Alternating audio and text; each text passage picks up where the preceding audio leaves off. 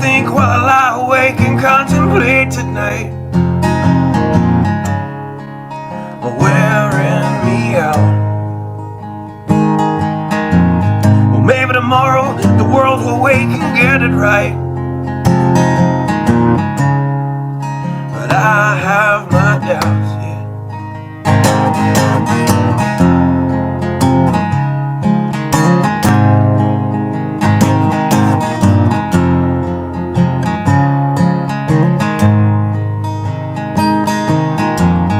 During the day, well, I design machines of war that scream through the sky. 'Cause I, for one, I like to go to bed free at night,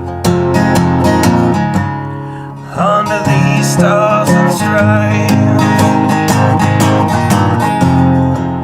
And I have my doubts that we're coming out. Yes, I have my doubts, and I have my doubts that we'll make it back out. Yes, I have my doubts, but they'll wind you up and pull the cord until you're spun right out. And I don't understand. Roll the dice and raise the price to feed the machine's mouth. Call it the progress of man. And I have my doubts that we're coming out. Yes, I have my doubts, and I have my doubts that we'll make it back out. I have my doubts, so I'll drink my stuff and raise some hell and shoot my guns to the end of my time. You can have the booze and go to hell and take the guns, but I know they won't be mine.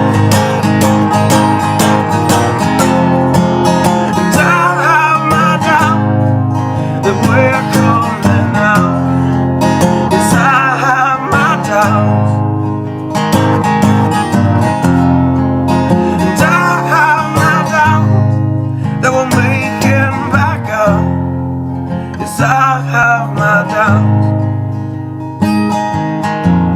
So we're all messed up and out of touch. Let's text someone who's in the other room. So don't wonder why we don't say hi or know anyone. I might as well move to the moon. So maybe I'm wrong. Well, I hope that I'm wrong. So maybe I'm wrong. Well, I hope that I'm wrong.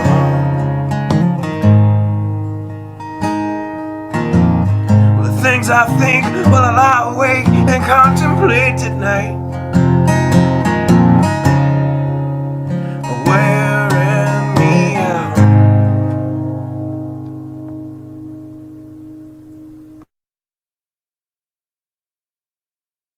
Good afternoon. Well, we had another unnecessary, mind-boggling shooting over the weekend. This one, another one down in Texas. 28-year-old woman that, from neighbors' accounts and family members' accounts, one of the sweetest ladies you'd ever know. She was gunned down for the reason of protecting her nephew, whom she cared for. From the young man's statements, the little boy, they were playing video games when they saw flashlights and whatnot being, shined into the house. Now, I don't know 100% clear if she grabbed a firearm or not. And to be quite honest with you, I'm not going to sit here and say 100% there was even a firearm there at the time of the shooting, because I know how this goes. However, if there had been, she had full right to have it, and to have it in her hand when an unknown person is shining flashlights into her home.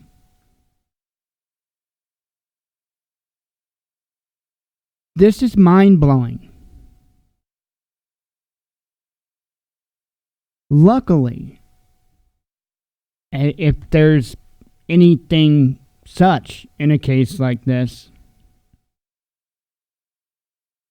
it looks like this one's not going to be just let go.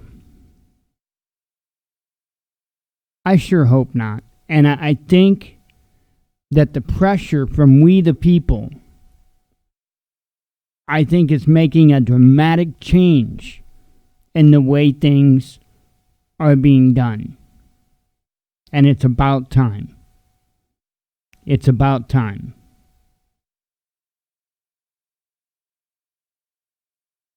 It just blows my mind. And by the way, we have another case here to where the police were called out of concern for this woman. Neighbor noticed her front door open, called the non-emergency number because he didn't think it was an emergency. The officers parked down the street and walked up to the home, proceeded to look through windows and enter a gate into the backyard. It was a fenced-in backyard, to where an officer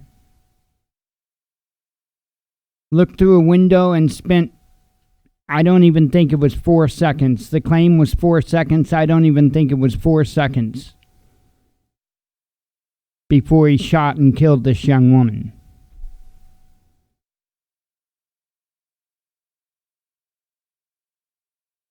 I am just at a loss. And for those unaware, I will provide that body cam footage. Heavily edited, by the way, body cam footage.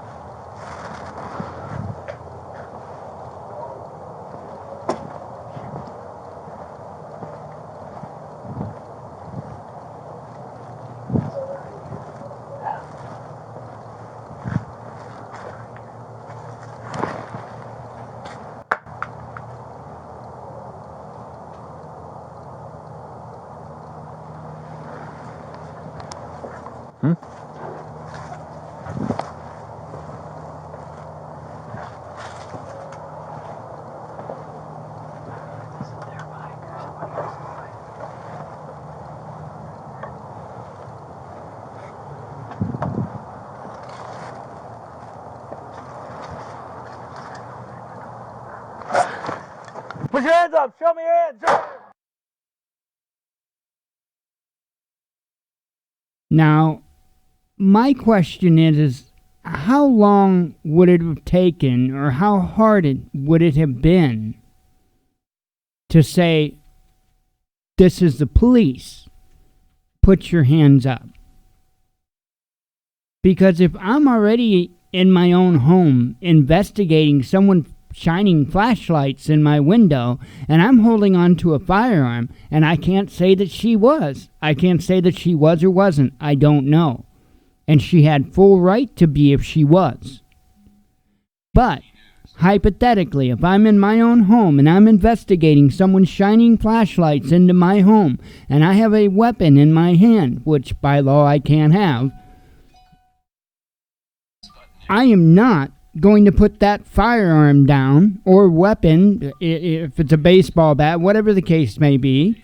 I am not going to put that down merely because somebody tells me to.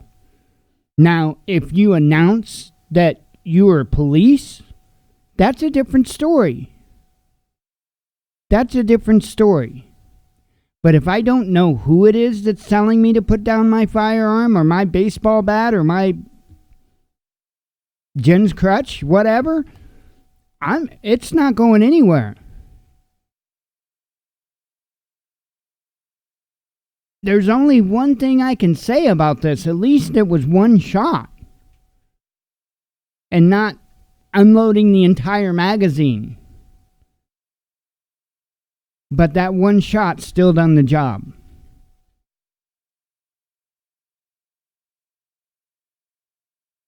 You know, I've thought long and hard on solutions. And I know out of angst, out of anger, out of frustration, I have even mentioned solutions that aren't feasible, like disarm the police. That's not feasible. I get that. But I think I do have a solution that is. Well, a couple. Number one, more training. It shouldn't take more training to be a hairdresser than what it takes to be a law enforcement officer.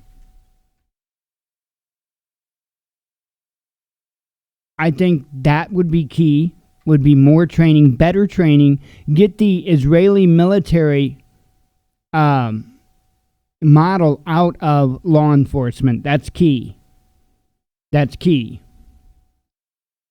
But I think there's a much better solution in the short term that we can do. And that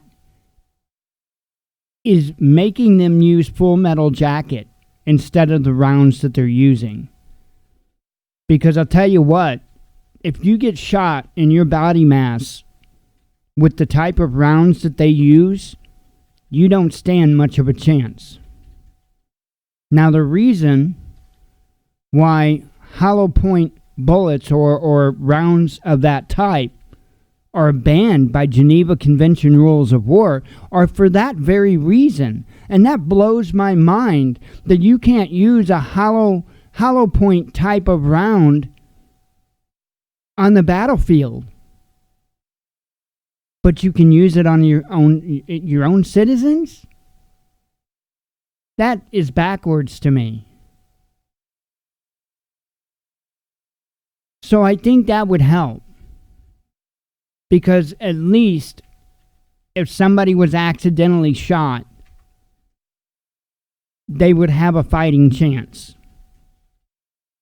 If they were shot with a full metal jacket. And let me tell you what. Now, I haven't been shot, okay?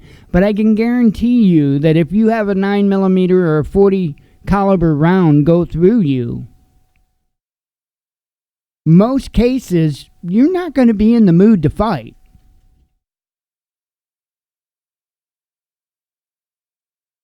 You know, I really can't think of any better solution. Because we can't ask them to disarm. That's not, that's not fair, it's not feasible.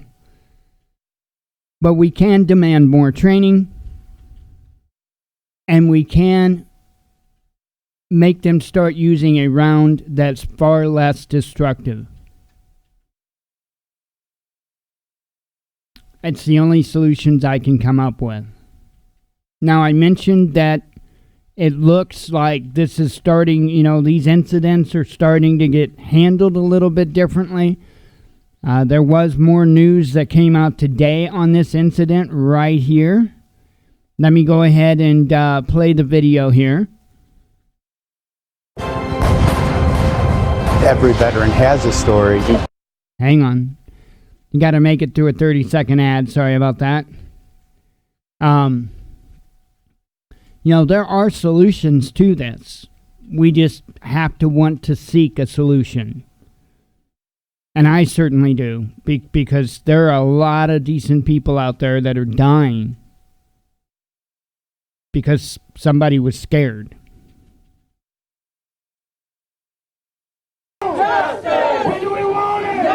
Less than 2 days after a Tatiana Jefferson was killed, a vigil was held near her Fort Worth, Texas home, where the 28-year-old woman was shot inside through a window around 2:30 Saturday morning. Heavily edited body cam video released by Fort Worth police shows officers searching the outside of Jefferson's home after a concerned citizen saw the doors open and called a non-emergency number for help. Put your hands up, show me your hands. Neighbor James Smith says he waited outside after calling police and never heard them identify themselves as officers. I called because I was concerned for my neighbor's safety and well-being. I feel guilty because had I not called the Fort Worth Police Department, my neighbor would still be alive today. In addition to the edited video, police released 2 still photos of what they say is a firearm inside Jefferson's house. At a Sunday news conference, police spokesman Lieutenant Brandon O'Neill declined to say whether the officer who shot Jefferson believed she was armed at the time. The officer did not announce that he was a police officer prior to shooting. What the officer observed and why he did not announce police will be addressed as the investigation continues. I'm Mandy Gaither reporting. It's a sad situation. And like I say, I've seen so many of these incidents, and the only solution that I can think of, because you can't expect training to be untrained out of somebody that easily, that quickly. But again, we can give them less destructive tools to use and still be able to completely defend themselves. I mean, if you can't defend yourself with a magazine full of 9mm or 40 caliber rounds just because they're Full Metal Jacket, then learn how to shoot.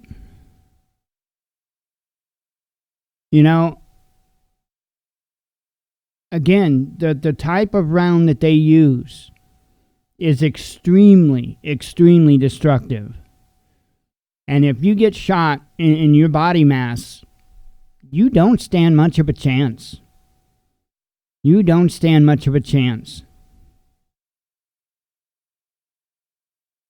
I know there's a lot of other reasons why they claim that they need to use a fragmentation type round. Part of that is because of concern of it passing through the body and hitting an innocent bystander, for instance. I get that. Why can't we use a lower grain round then? There are solutions to this, but we have to want to achieve those solutions. And I haven't seen the desire in that direction yet. But at least, now we're starting to see accountability. And that's a good thing. So let me read the article. All the information wasn't in the video that's in the article. Let me read the article real quick. Got a ton of stuff, headlines that I had tweeted out and whatnot. So we'll get to that too. Okay, so the article here: a police officer who shot and killed a black woman in her home in the presence of her 8-year-old nephew acted inappropriately and has resigned. The chief of police said Monday after Ashiana, I think they pronounced it different. Anyway, Jefferson's surviving family called for the man to be fired and charged. How did they pronounce her name? Atashiana, maybe?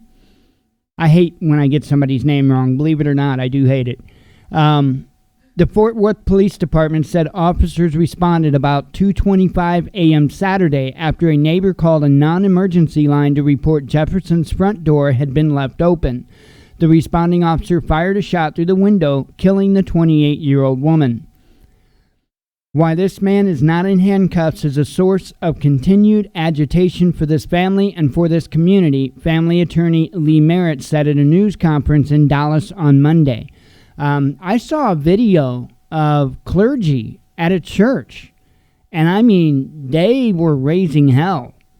They were absolutely raising hell. Of course, I was cheering them on. But I think they know that if they didn't move swift and do something, there were going to be problems there. And I think they knew that. I think this resignation was highly encouraged. And I think they wanted him to resign just to buy them a little bit of time. And we'll see what happens from here. I know there's talk of possible charges, but I haven't seen anything at all for sure yet. Okay, and I think that what they may do is try to let emotions calm down and then slip it under the rug like they have so many times before.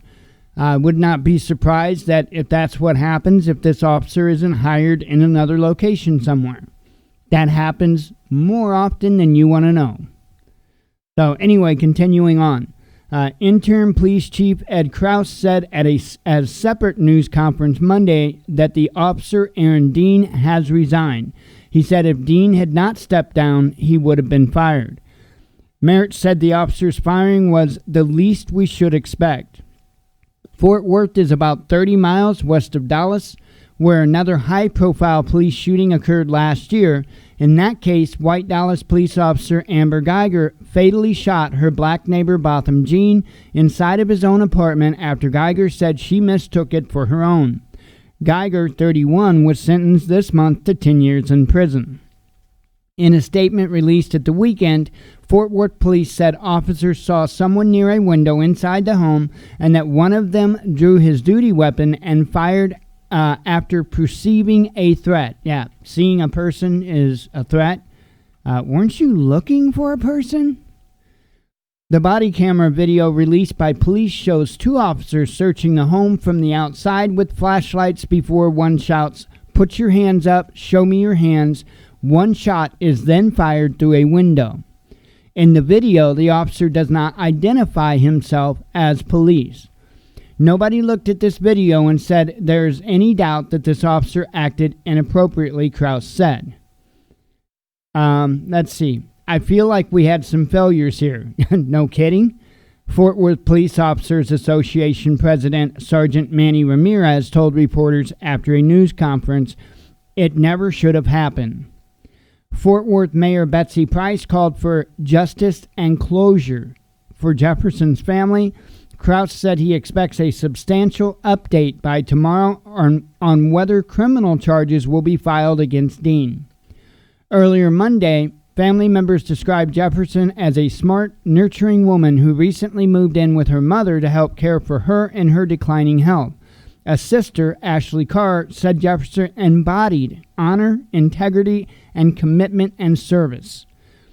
Any neighborhood would be proud to have her as a neighbor, and any city would be proud to have her as a citizen, Carr said. A single bullet hole was visible in the window of the single-story, freshly painted purple home, and floral tributes and stuffed animals piled up in the street outside Jefferson's home. According to a demographics report released by the Fort Worth Police Department, nearly two-thirds of its 1,100 officers were white. As of June 30th, just over 20 were Hispanic or Latino, and about 10% were black. I don't know why that should much matter. I don't think race had any role in this. Relations with public have been strained after one recent Fort Worth police shootings. In June, the department released body camera footage of officers fatally shooting a man who ignored repeated orders to drop his handgun. He was the fourth person Fort Worth police had fired upon in 10 days.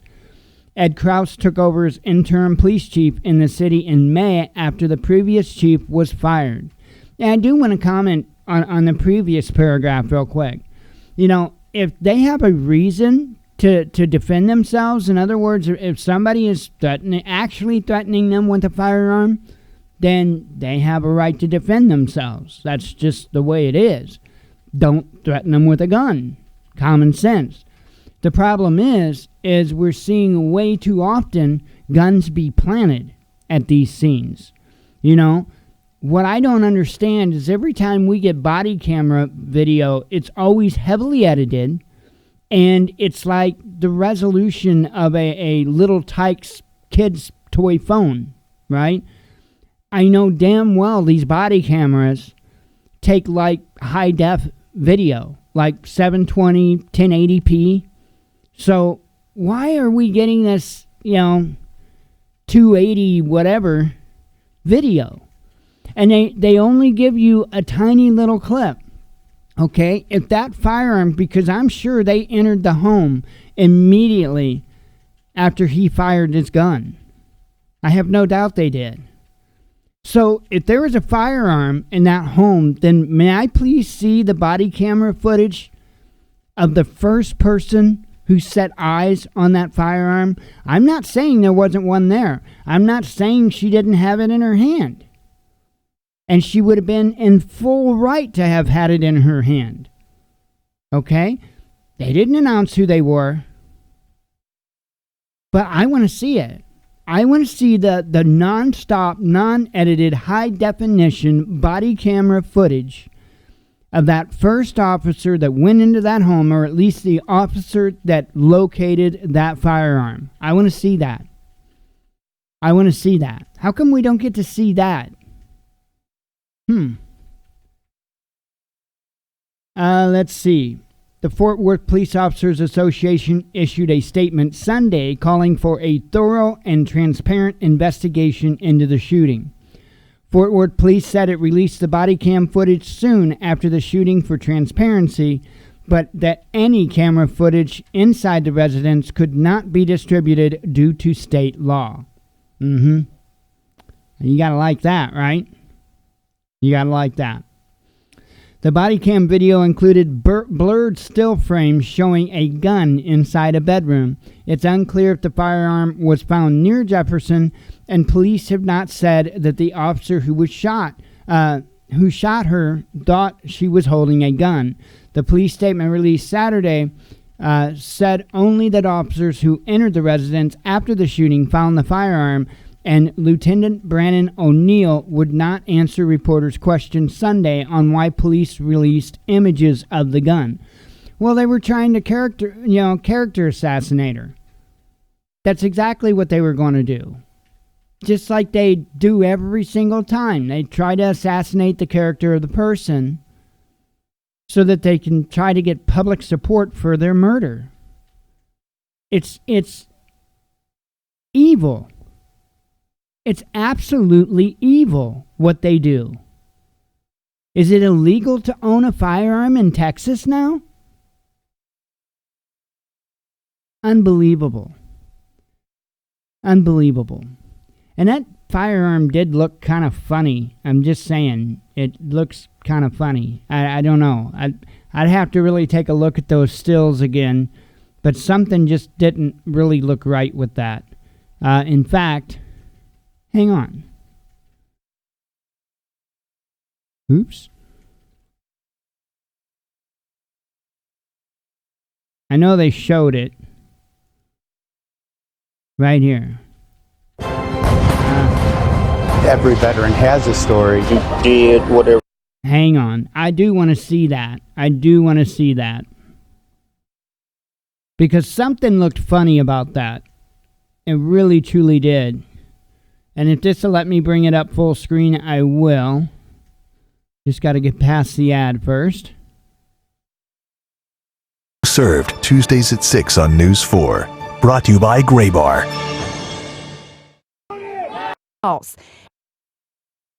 At a Sunday.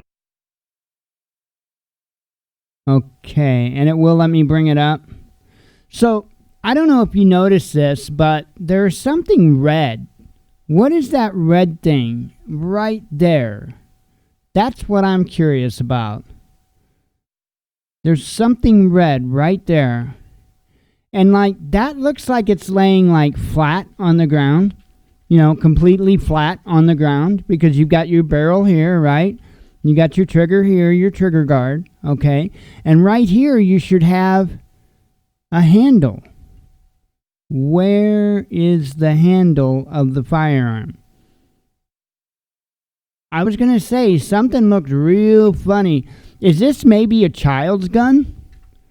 I'm asking. Is this maybe a child's gun, possibly a broken child's gun, and that's why they've got the picture so blurred out? Why would you need to blur the picture out that bad? You know, if it's an issue of, say, a serial number, why can't you just blur the serial number? You know, but do you notice they've got everything around the firearm blurred out? Why? Are these toys? Are these kids' toys? Is that why they got them blurred? And then, but if you notice, right on the firearm, right here, they've got an extremely blurred area. I don't know, could that be a toy brand name or something that they needed to blur out?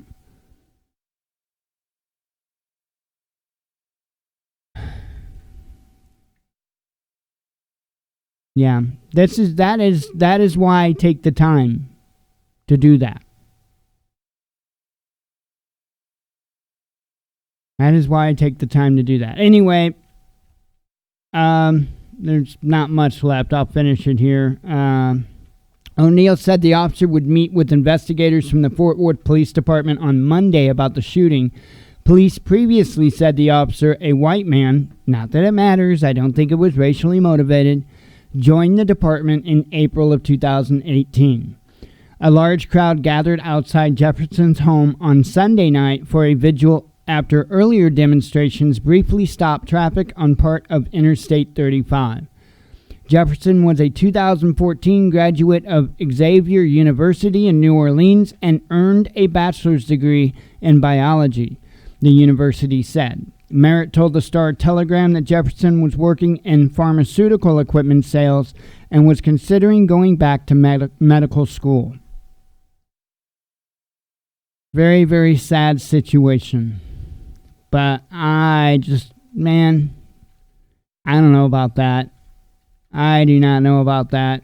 Photos of what they say is a firearm inside Jefferson.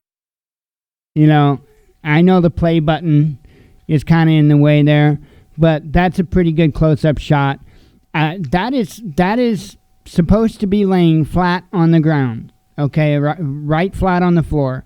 This is a barrel right here, okay? Here's your trigger and your trigger guard right there, which the trigger looks really funky too. Where's the handle of the gun? You should have a handle right here, and the magazine should go into the handle of the gun.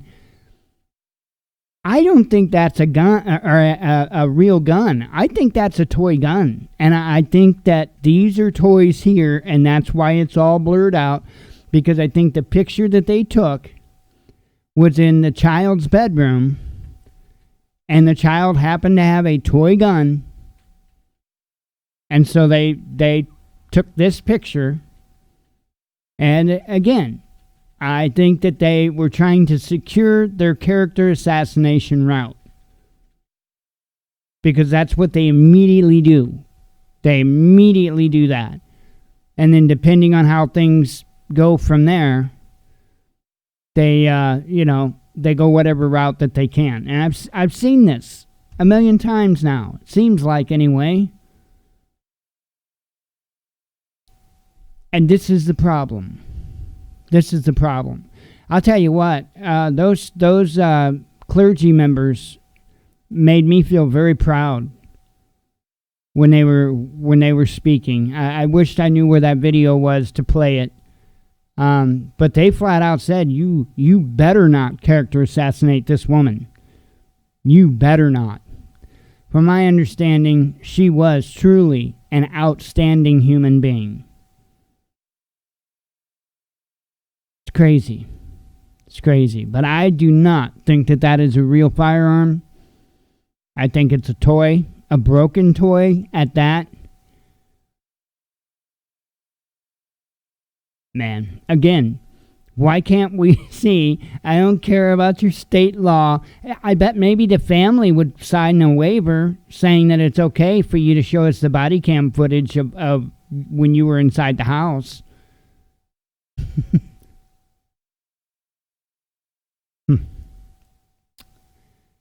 Insane.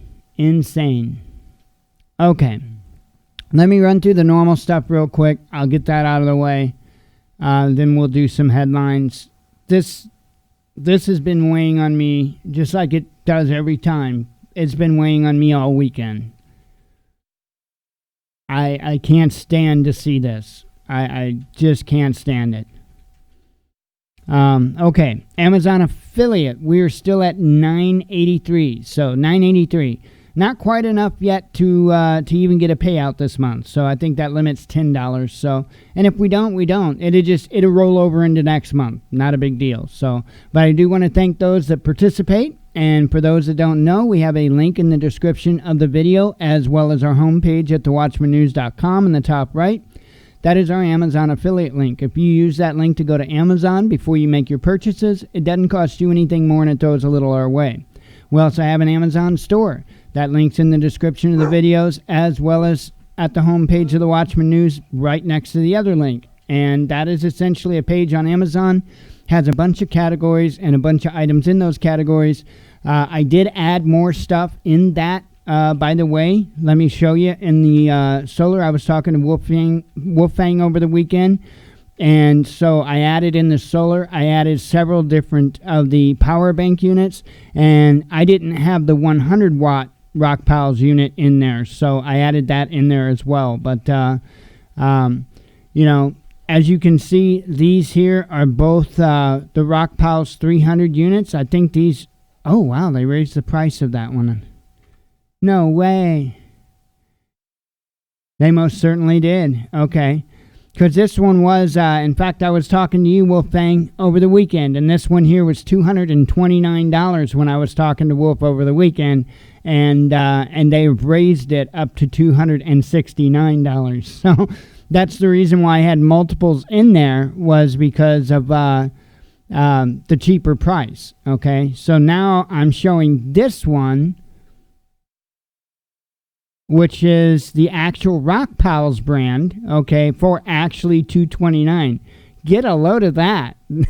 Get a load of that. Anyway, those are in the Amazon store, and again, it doesn't cost you anything more, and it throws a little bit our way. So we also have our new Teespring store. The best way to see our different designs there is go to thewatchmannews.com. Either click this Teespring store button or just scroll down on the home page. Right now we have 4 different designs up there, and we'll be adding more very, very soon. So, and the last way you can help out, if you so choose, is our PayPal donation link. That is also in the description of the videos, or if you go to thewatchmannews.com, it's right in the menu right there. That will take you to our PayPal donation page. You don't have to have an account. You can use a debit or a credit card. I always let people know it does say Transforming Disabilities right at top, but it will also say Purpose the Watchman News donation. That way you're in the right place. This 99% of the time always goes for prepping items. So, you know, that's what, in fact, that's what most of our extra income goes towards. So I'm still waiting for, I got the tracking information for the, for that 300 watt. Of course, mine's the Florian brand, but it's the same thing. Still, I got the tracking number, but I'm still waiting to see it actually move, you know, for UPS to have possession of the item. That's why I hate eBay. That's why I like Amazon, you know. Man, I hate buying off of eBay anymore because of that. But anyway, so we're awaiting that, and man, I can't wait. I can't wait to get it, start testing it, checking it out. I absolutely can't wait. So anyway, that covers that stuff. Let me have a sip of coffee and a quick vape, and we'll do some headlines.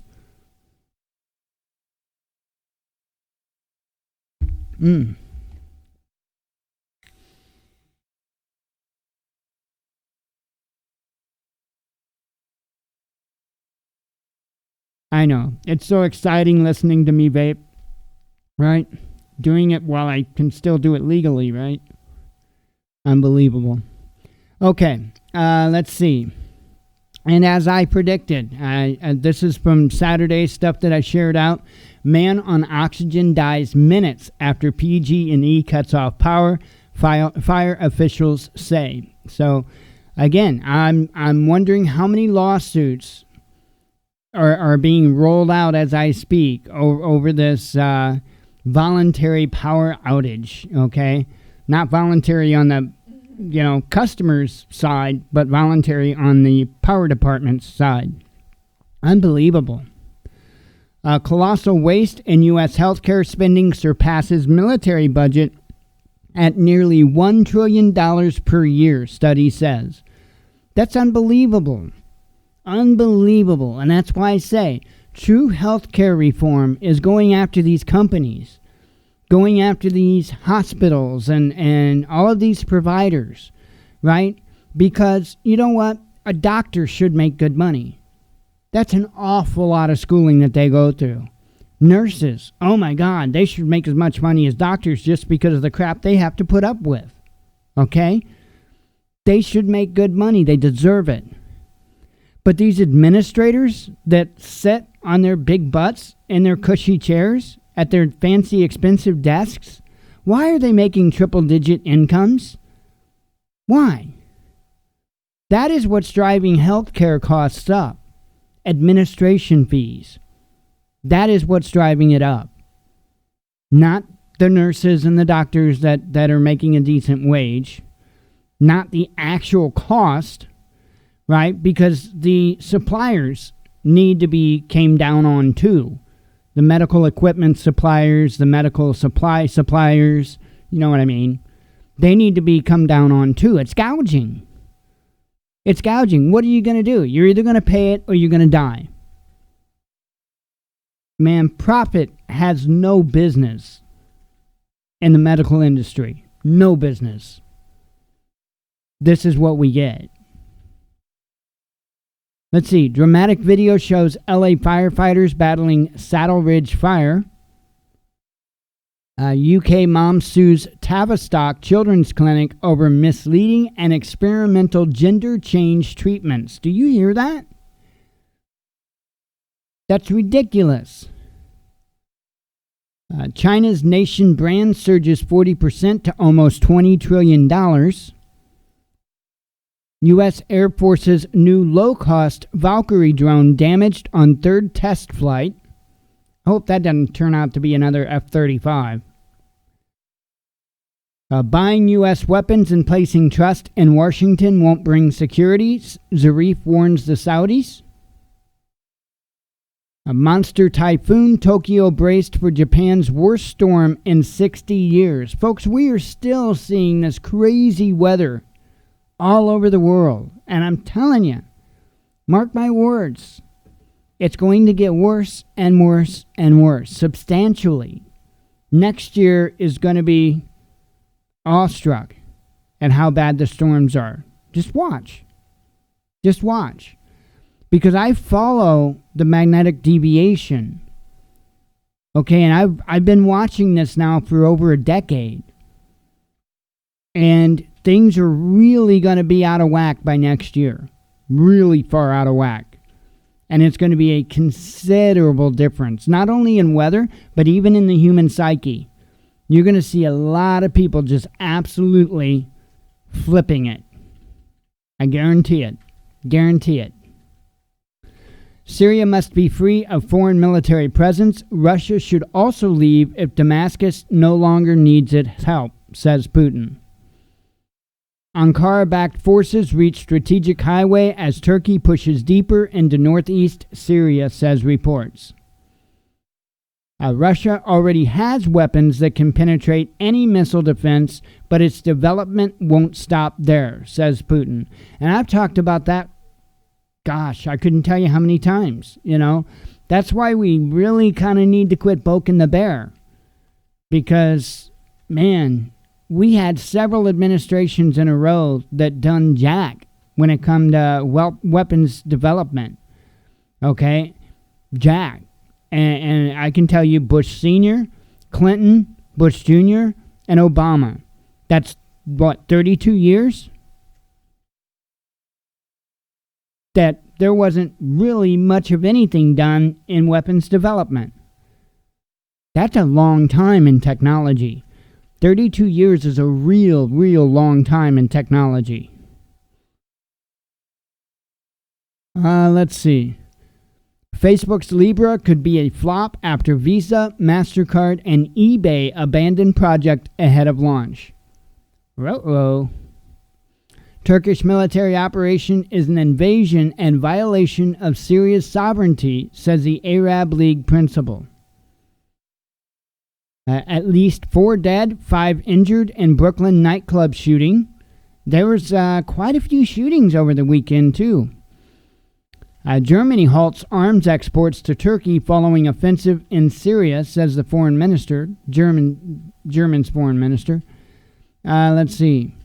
Trump announces biggest deal ever with China made for U.S. farmers. Police tear gas yellow vest protesters in Toulouse during 48th week of mass demonstrations. We're still on Saturday, by the way. At least 16 dead in Burkina Faso mosque attack, says reports. A Kansas schoolgirl arrested and charged with a felony for brandishing a finger gun. Here we go again with one of these stories, right? If it's not fingers, it's Pop-Tarts or whatever. This is ridiculous. This is out of hand. No pun intended. NYPD counterterrorism unit closely monitoring shooting incident at New Hampshire church. Okay, that was another shooting. Turns out it was, and I'll probably read the headline here in a bit, but turns out there was like on October 1st or something like that, there was a pastor, and I may be using the wrong title. If I am, I apologize, but there was a clergyman, right, that was shot and killed.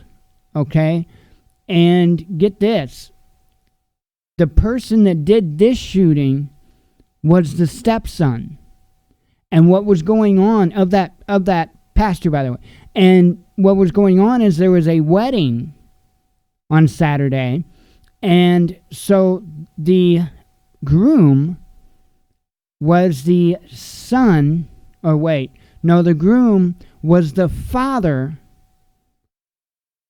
of the guy that killed the pastor. You follow me there? So the wedding, the groom's son is the one that shot the pastor earlier in the month. And so the pastor's that's deceased stepson went and shot up this wedding. And I'm sure he was trying to get this guy's dad, is what he was trying to do. I'm sure he was trying to get the groom. But he didn't. I believe he got a bishop, if I'm not mistaken, and I believe the bride. But to my knowledge, they both have survived, so that's a good thing. Absolutely crazy, though. Federal Reserve approves rules to loosen bank restrictions. Well, that's a real great idea. Deadly Hard Rock Hotel collapse caught in shocking videos. That was kind of crazy. Still on Saturday, by the way. I told you there was a lot of stuff I put out. Protesters ransack government buildings in Ecuador's Quito as Moreno agrees to give in to anti-austerity demands. But see, it's hard to convince folks over here that the only way we're going to fix this is by raising hell. But here we're seeing it play out, right? They're doing the same thing over in Paris and whatnot. They're doing the same thing in Hong Kong. Because it's the only way that these governments will relinquish power. There's never been an instance in history where it's been any different, and it's not going to magically change now just because we're the grand old USA.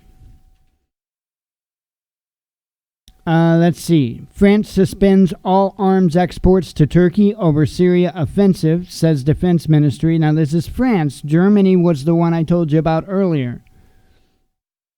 Saudi Defense Ministry greenlights U.S. military reinforcements. Ecuador's President Moreno places nation's capital under curfew and military control. U.S. says Ankara deliberately fired near American troop positions in Kobani, says a report. King Salman approves massive U.S. military deployment for Saudi Arabia's defense. Super Typhoon Hagibis, and I'm sure I said that wrong, death toll in Japan hits 8, 106 injured. Still on Saturday's news, by the way. Crocodile tears ? Hillary Clinton. Let me try that again. Hillary Clinton tweets sickening horror in Syria as one man's fault and gets reminded of her deeds. Now, not sure what kind of Benghazi. Yeah, Benghazi rings a bell, right? U.S. media reveal envoy's testimony to Congress in Trump impeachment. Super Typhoon. That's a repeat of the other one. Let's see. Ecuador President Moreno vows to assess austerity decrees. Texas police officer shoots woman to death inside her home. We spoke about that. Now we are to Sunday's news. Vapors cry overreach as probe into deadly lung illness lags. Russians urge reinstatement of death penalty after brutal murder of 9-year-old girl. Trudeau forced to wear bulletproof vest due to security threat. Our currency stable, why not use it? Russia looks to ditch U.S. dollar for exchanges in rubles and euro in energy exports. Saudis ask Russia to probe Aramco oil field attack. Moscow will condemn Iran if it's responsible, says Putin. Problem is how long has it been? In other words, how much evidence could have been altered? Why weren't they asked to come in immediately? Dozens of soon-to-be-released videos document political bias at the highest levels of CNN, a Project Veritas claims. You know what? Do we need some super-secret spy mission to tell us that? Right? Do we need a super-secret spy mission to tell that Fox News is politically biased? So what's this prove? We already knew this. Not that I'm trying to defend CNN, but we ain't learning anything. Moscow has done its homework. Russia will be least affected if U.S. exit from INF treaty backs arms race, Putin says. Damascus has undeniable responsibility in Syria's civil war, but that doesn't mean we should let terrorists run loose there, says Putin. Khamenei tells Iran Revolutionary Guards to create its own advanced and modern weapons. Still on Sunday, by the way. Russia to build $1 billion oil complex in Saudi Arabia and further boost investment in joint projects. Imran Khan says Pakistan will push for Iran-Saudi mediation. Masked Hong Kong protesters smash up metro station with metal bars and hammers in defiance of emergency order. Trump threatens to impose powerful sanctions on Turkey. The latest, Germany Merkel urges Turkey to halt Syria push. Z warns any attempt to divide China will end in shattered bones. Turkey will push 35 kilometers into Syria and Western arms embargoes won't make it turn back, says Erdogan. Others may want to come in and fight. Trump calls withdrawal of remaining U.S. troops from northern Syria very smart. U.S.-oriented IMF and its austerity package guilty of chaos in Ecuador, says the ex-central bank official. Hunter Biden calls Trump's accusations a barrage of false charges and resigns from Chinese equity firm. Turkish-backed forces cut off U.S. troops after seizing key highway in Syria. Syrian army moving to face Turkish aggression in country's north, says state media. Neighbor kills 4 people eating dinner in Chicago apartment, police say. Still on Sunday. Merkel tells Erdogan to immediately stop Syrian op, but why should he care what Europe says?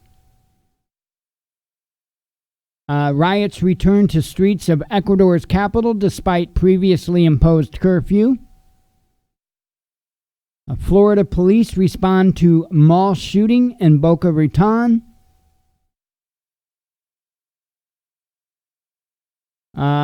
Pardon the language. What is this shit? Syrian Kurds learned about U.S. pullout from Twitter. Oh, this is nuts, right?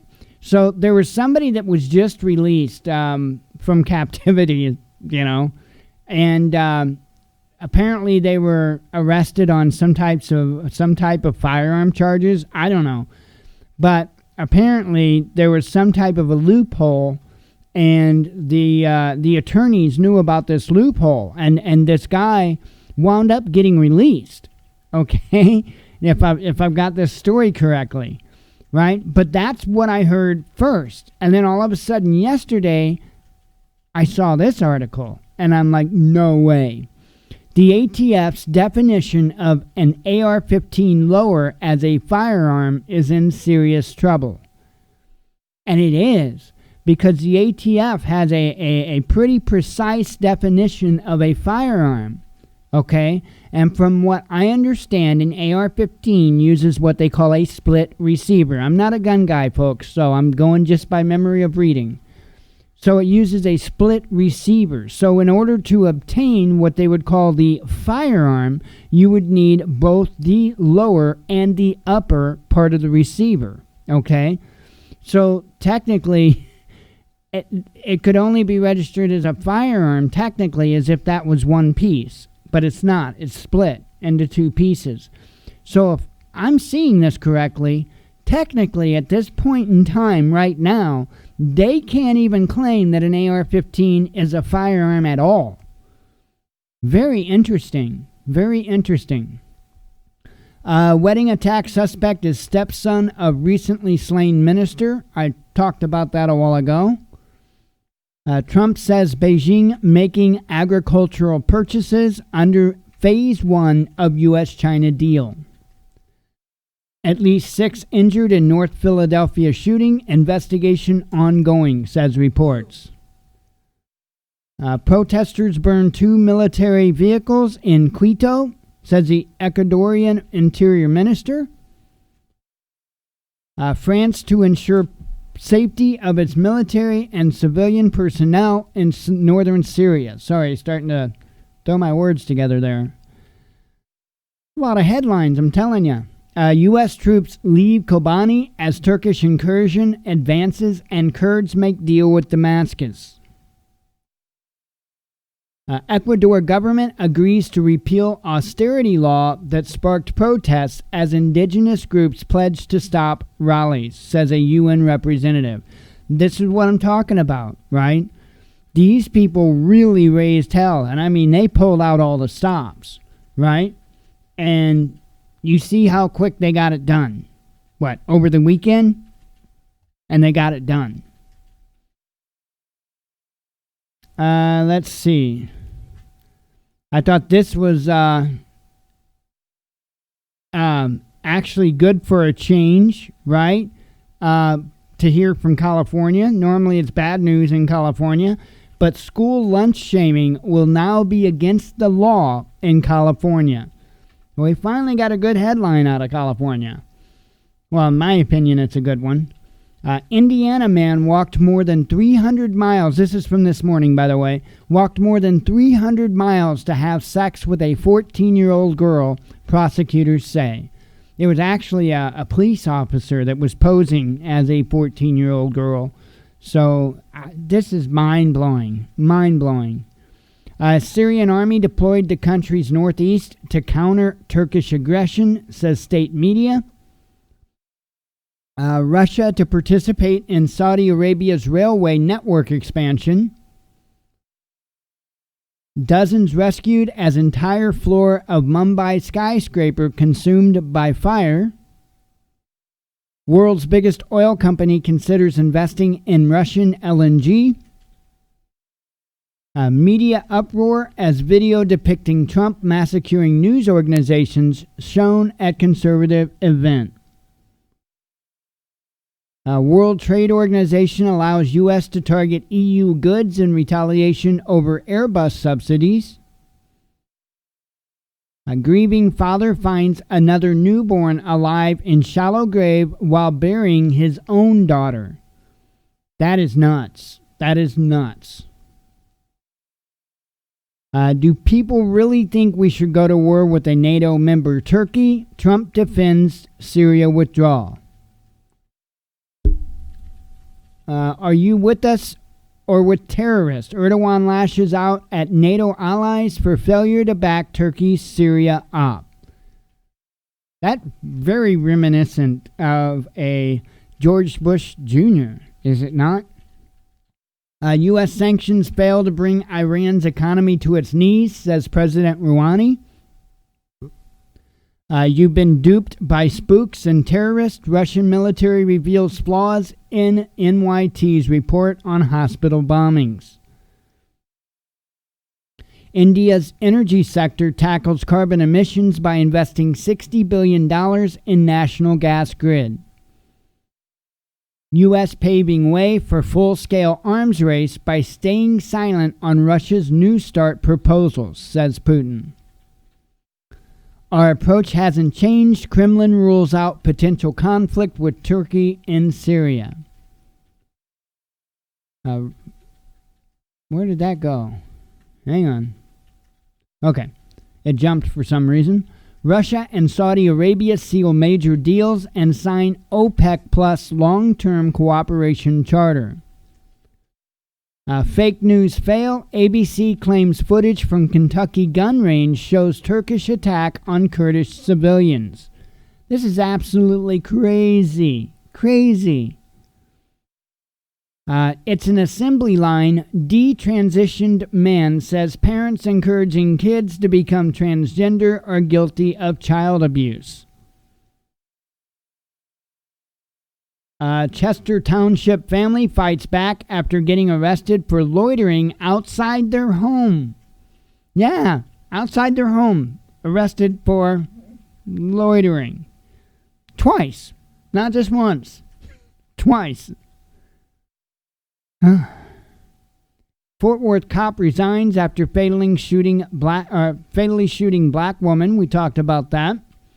Fierce clashes between Catalan pro-independence protesters and police as angry crowds march on Barcelona airport.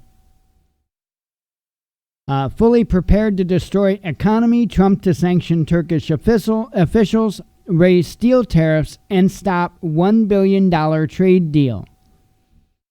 There you go. Finally, the headlines. Man, there were a ton of them. So let me go ahead and wrap up the monologue. We'll get on with the rest of the show. For those here for the live show, we'll be live till 8 p.m. Central Standard Time. For those here for the monologue, or if you're watching the recording later on, thank you very much. As always, God bless you. We love you, and be one with your spirit.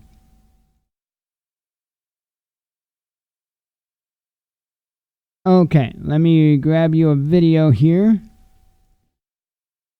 Man, I'll be glad to sit back with a vape and... Okay, gonna play this one from Prepared Mind 101. We've been talking a lot about these devices lately, and so, the more information, the better, is the way I look at it. So, Yesterday, Prepared Mind 101 put out a video, and it's titled Jackery 240 versus Anker Powerhouse 200, Best Bang for the Buck, ? By the way, I wonder what that guy thinks about vaping. He's a vapor. I wonder what he thinks about what's going on with that.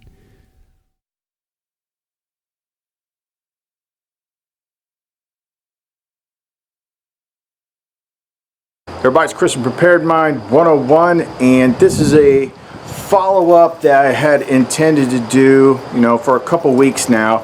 But recently I had maybe 3 people in a short span of time ask me the exact same question.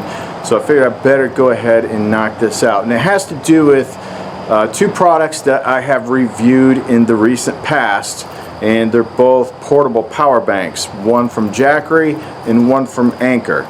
And people were asking me which one I thought was better and why. Well, things have changed since I have done those videos. For one, the video for the Jackery isn't even up on the channel because it was like a one-day thing. It was all about one day they had a sale and so forth. So after that was done, took it down. So people that are searching the channel aren't even going to see it. But there are a couple very blatant, simple things that we don't have to go into analyzing every little number and amp and stuff like that for the general populace when it comes to deciding which one of these is going to be the better deal for you. So if you want to find out which one, then don't go away.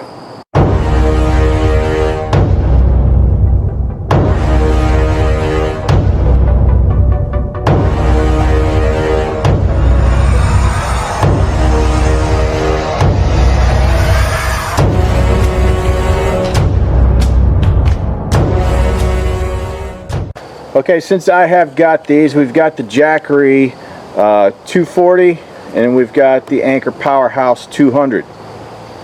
And I've used them both quite a bit. It just makes it easier than trying to plug my stuff into a wall. They're going to run for a good long time for the things that I'm using them for, which is basically keeping my phone running all day or plugging in my laptop. Both of them work very well for that. However, once we get past those introductory sales, when both products were released, things kind of even out. So I want to point out the biggest differences between the two and why I think for the people that watch this channel that are wanting to know what you're in the market for one of these, you don't have money just burning a hole in your pocket, you want to get the best bang for your buck, why I think the Jackery would be the one to go with. Now everybody knows I'm a big fan of Anker. They've never let me down. But let's look at what we have here. I'm not going to go through every single line item because I know the electricians like to show everybody how much they know in the comment section. If you've got specific needs for specific devices, I would advise going to the page and carefully examining it. But to keep it simple, we've got a 240 watt-hour device and we've got a 200 watt-hour device. They're both doing 110 pure 110 volts, pure sine wave. The key thing is capacity and price. So the Jackery, the regular price on this on Amazon is $249, and it has 67,000 mAh total capacity in the lithium-ion battery, and weight on this is about 6 pounds.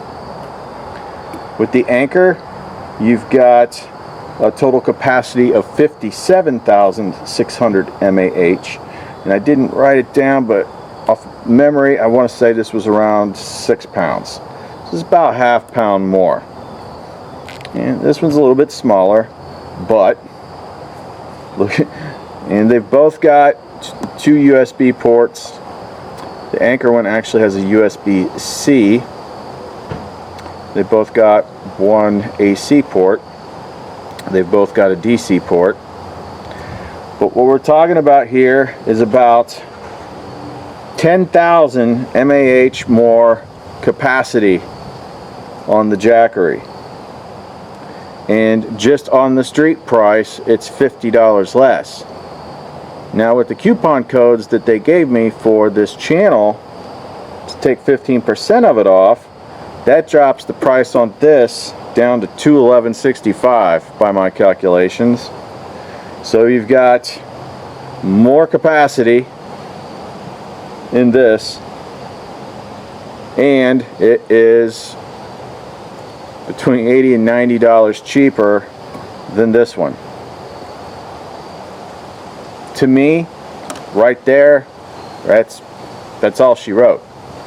There's going to be minuscule differences between some of the, this much amp, and I mean, it's not much.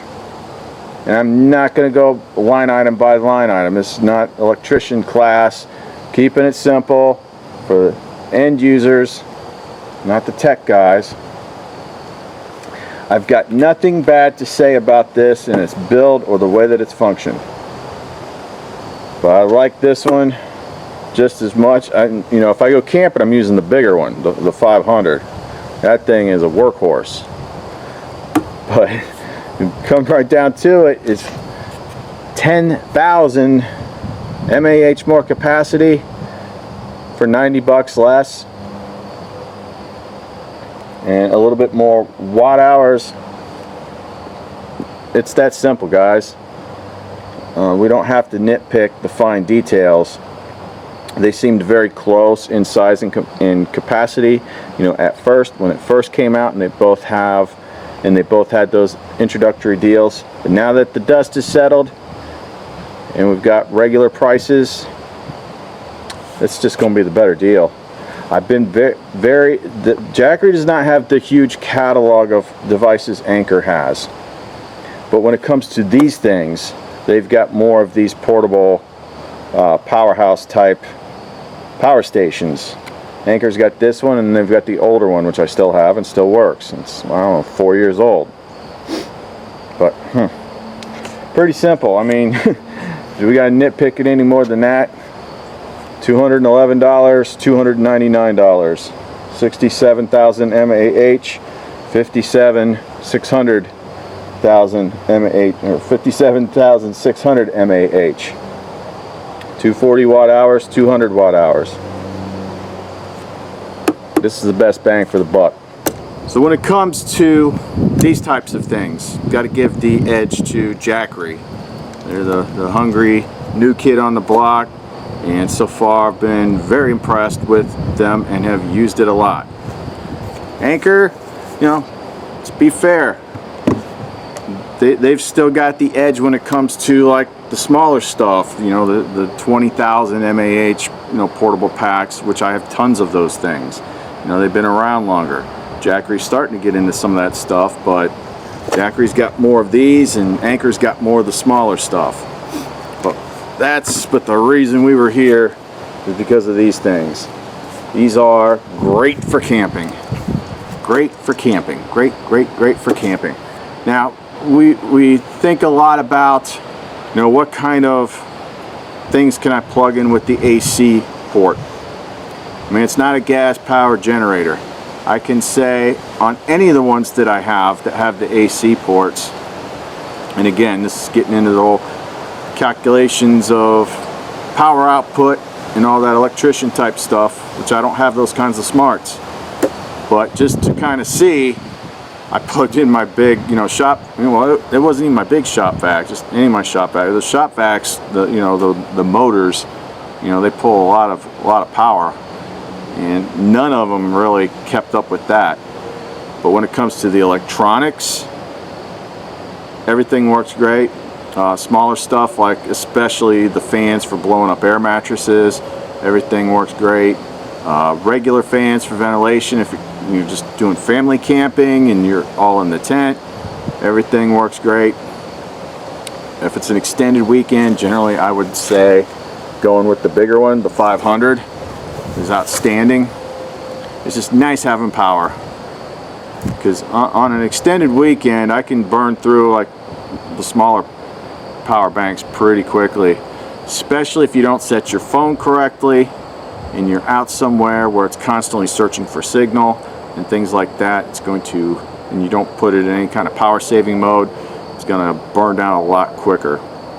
So I don't think I need to go over too much more than that. I've tried like multiple days when I'm actually free to film and it's sunny and it's late in the day now. It's the first time I was free to do anything, you know, to mess around with the actually shooting a video on the Jackery power panel. It just evades me. It's the item that doesn't want to cooperate in Ohio, but it does work. I've tried it, I've used it when I'm not filming, but it's nice. It's nice that it's so friggin' big. It's like the biggest one I've ever had. It folds up, so that stays in the back of my car in case I need to use it when I go camping to keep these things topped off during the day. So yeah, if you are going to purchase one of these, definitely do not forget the coupon code that they gave me. You know, a little bit goes a long way, knocks it down quite a bit. So basically 15% off if you use the coupon code, save you some bucks. And even if we didn't have the coupon code, it's 50 bucks less than the Anchor and just as good as quality. So plain and simple. So sorry, it kind of took a while for me to get that back up there after I did the one-day video, and I took it down so people didn't get confused and think, hey, I just found this video, today's the day. What? The code doesn't work. People do that. People still comment on 6-year-old videos as if I just said this thing that they're reacting to. I'm like, wait, what? I did a video on that?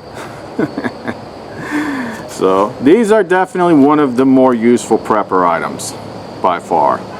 So that's all I got for right now, guys. Christian Prepared Mind 101. Thanks for watching. Be sure to click like, share, and subscribe. I'll have links to these in the description box below with the coupon code. So definitely check that out if you're interested. I'll be back with another video sometime in the near future. I don't know if it'll be soon. It's been so freaking hectic lately, but I will be back. So see you next time.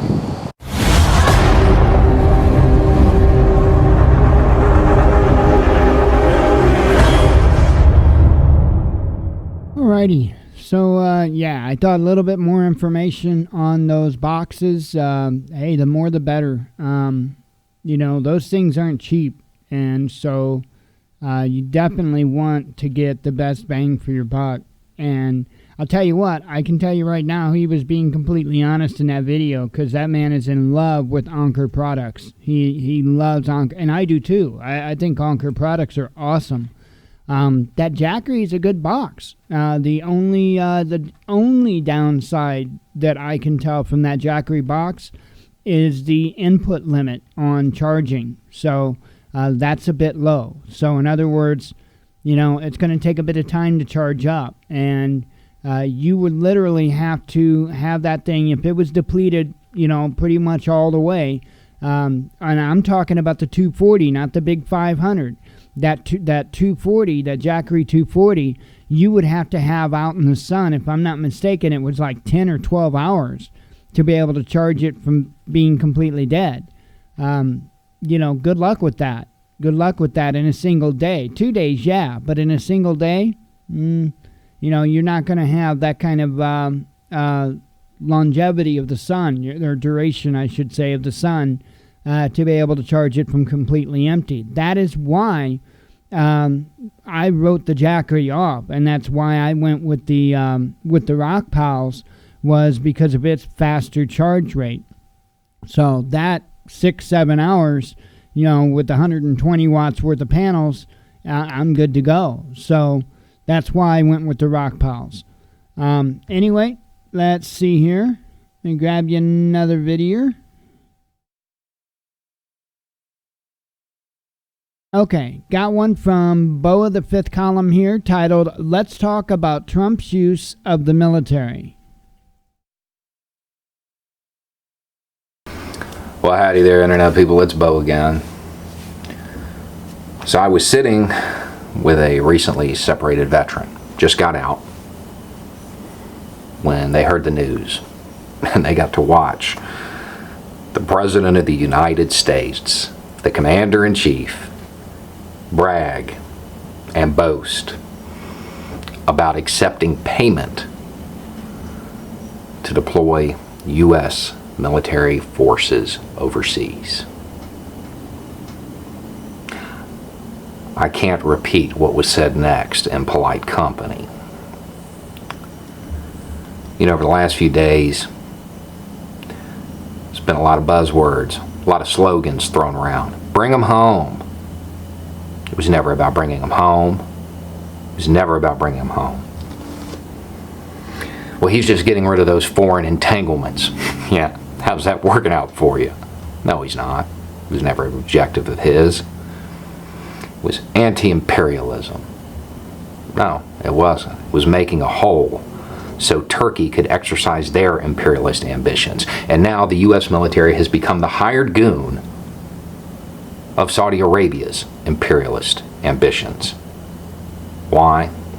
Because Saudi Arabia has agreed to pay us for everything we're doing. Quote. You know, if it was in the interest of the American people, if it was in the interest of national security, if it was in defense of American freedom, no payment would be necessary. It would be duty, right? It would be something that was required, something we had to do. Not something that would be done for the highest bidder.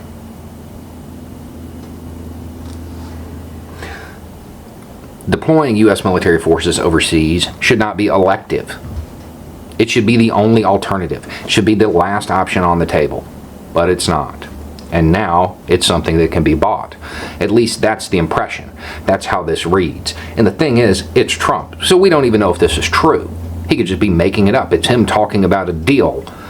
His statements about his other deals haven't been entirely accurate. But it doesn't matter because he said it. And it's already been translated. It's already all over the Middle East. And how do you think it reads? The might of the U.S. military, well, it's on the market. It can be bought. The lives of U.S. soldiers can be bought and sold. It doesn't matter. And the U.S. military is now viewed throughout the Middle East as Saudi Arabia's do-boy. That's how this reads. We're the hired help.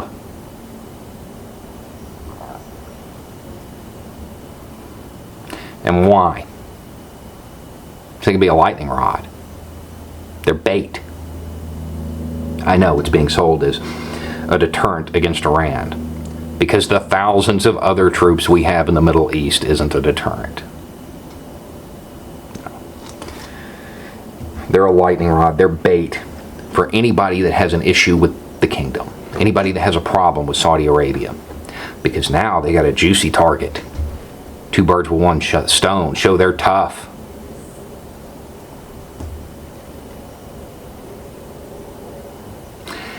Maybe we should thank Trump, though, because he certainly pulled the veil back. Let everybody see what it is, because it's always been like this. It's always been about money and power. War is just a continuation of politics by other means, right? It has always been like this. The difference is before, it could be cloaked in the defense of American freedom. It was harder to cast U.S. soldiers as mercenaries. Not anymore. They're literally being bought. War is a racket. Always has been. It is possibly the oldest, easily the most profitable, surely the most vicious. It's the only one that's international in scope, and it's the only one that profits are reckoned in dollars and losses in lives. Pretty unpatriotic statement, right? Y'all can hold your hate mail. That was a guy named General Butler.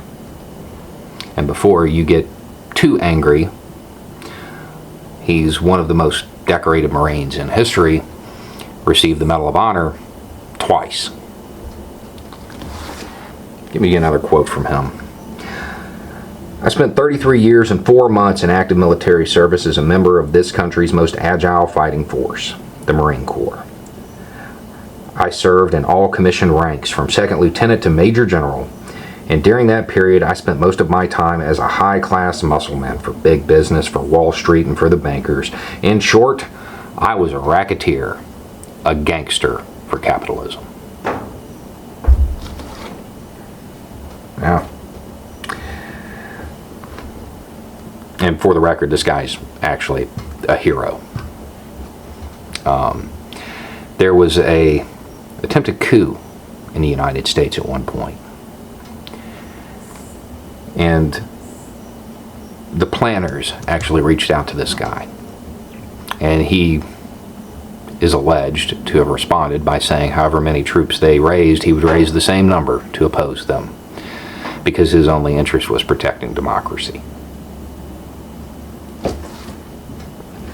The thing is, what Butler realized is that U.S. servicemen have been bought and sold for a very, very long time. It's just normally not done this cheaply. There's normally something in it for the American people, something that could be cast as a benefit to them. Now this time, that's just money. We're sending them over there because they paid us. The Department of Defense has become the world's largest private military contractor. And understand, those people who are looking to sign up, they can no longer delude themselves with images of mom and apple pie and patriotism, because the President of the United States flat out said, well, if they pay us enough, we'll send you. If you're going to be a contractor, understand there are a lot of firms that pay way more than the U.S. military does. And generally, in those firms, the guy over you who is sending you somewhere, at least he knows what he's doing. Anyway, it's just a thought. Y'all have a good night.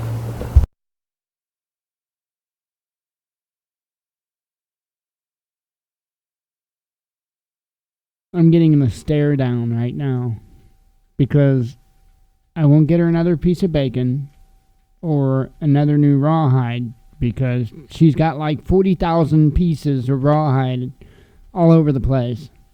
She already had her piece. She gets one piece of bacon a day. Tell you, no respect, no respect. Okay, suspicious observers. His morning report titled Coronal Hole, Hidden Magnetic Force, and Weather/Climate.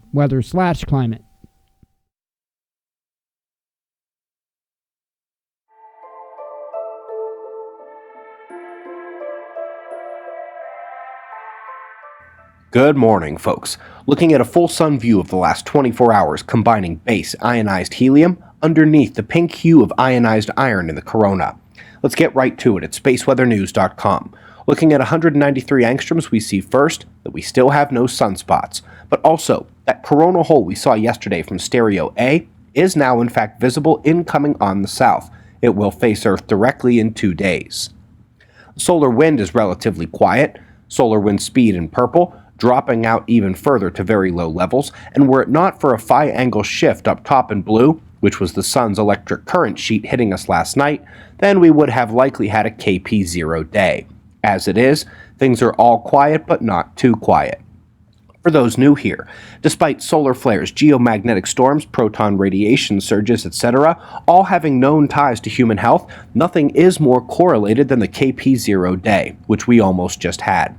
When cosmic rays surge, solar energy minimizes, and numerous cardiovascular and psychiatric indicators have been repeatedly shown to be tied to these highest energy particle bombardments from the cosmos.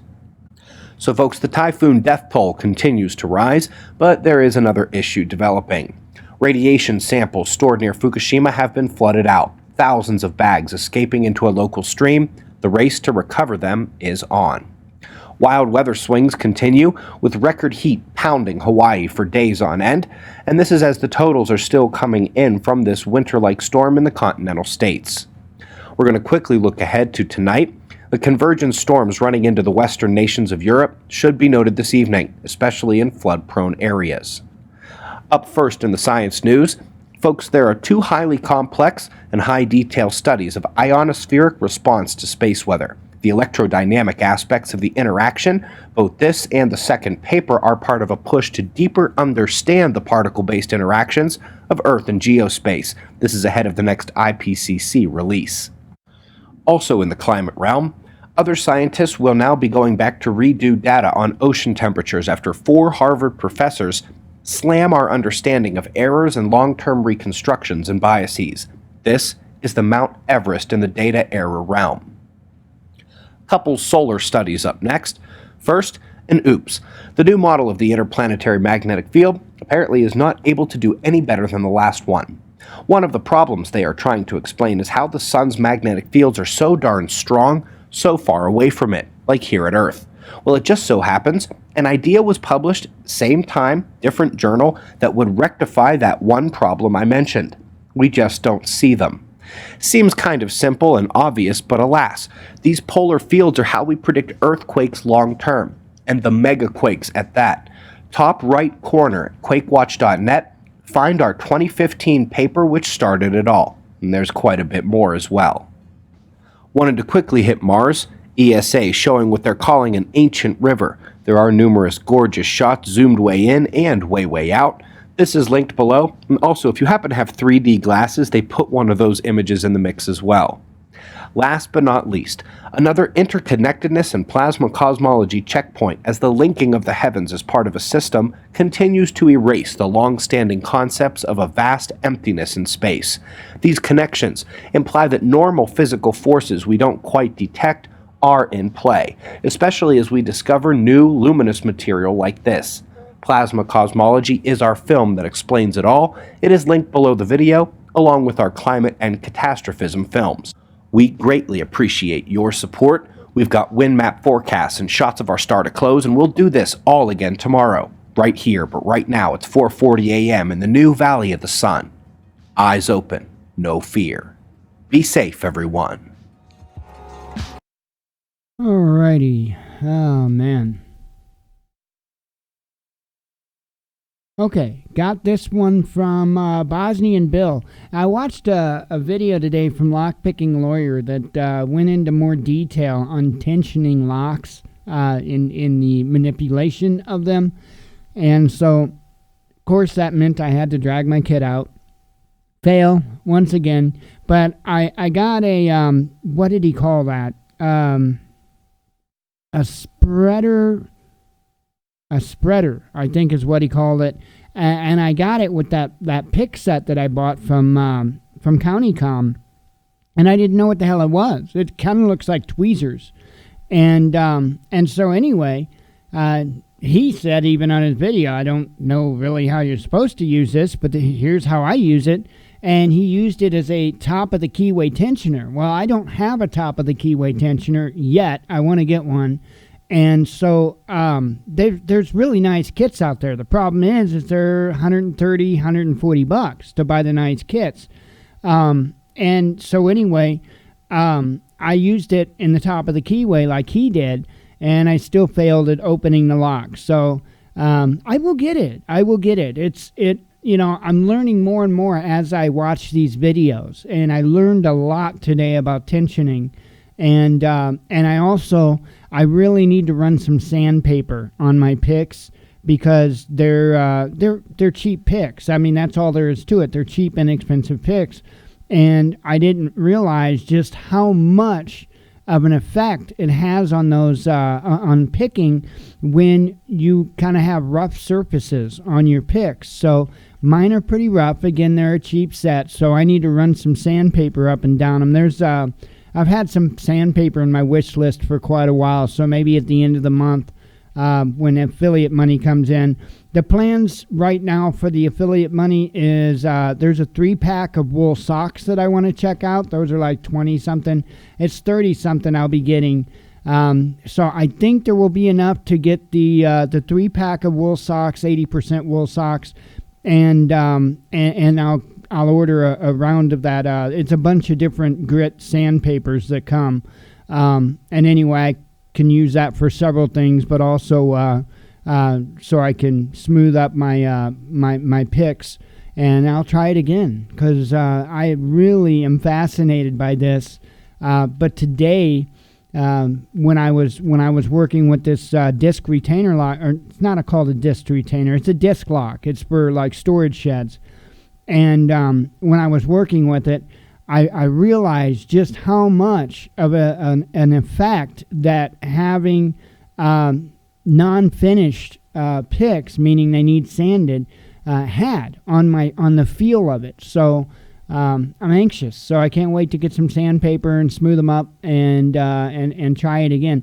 It's not. I don't think it's a hard lock to pick. I think it's I'm a noob, and it's that simple. I'm a noob. I need to sand down my picks so I have better sensitivity with them, and we'll go from there. But anyway, I'm trying not to run on and on about it, but it's cool. I enjoy doing it. It's a good challenge. Bosnian Bill has a video here with the title Ace Pin and Pin Tubular Lock.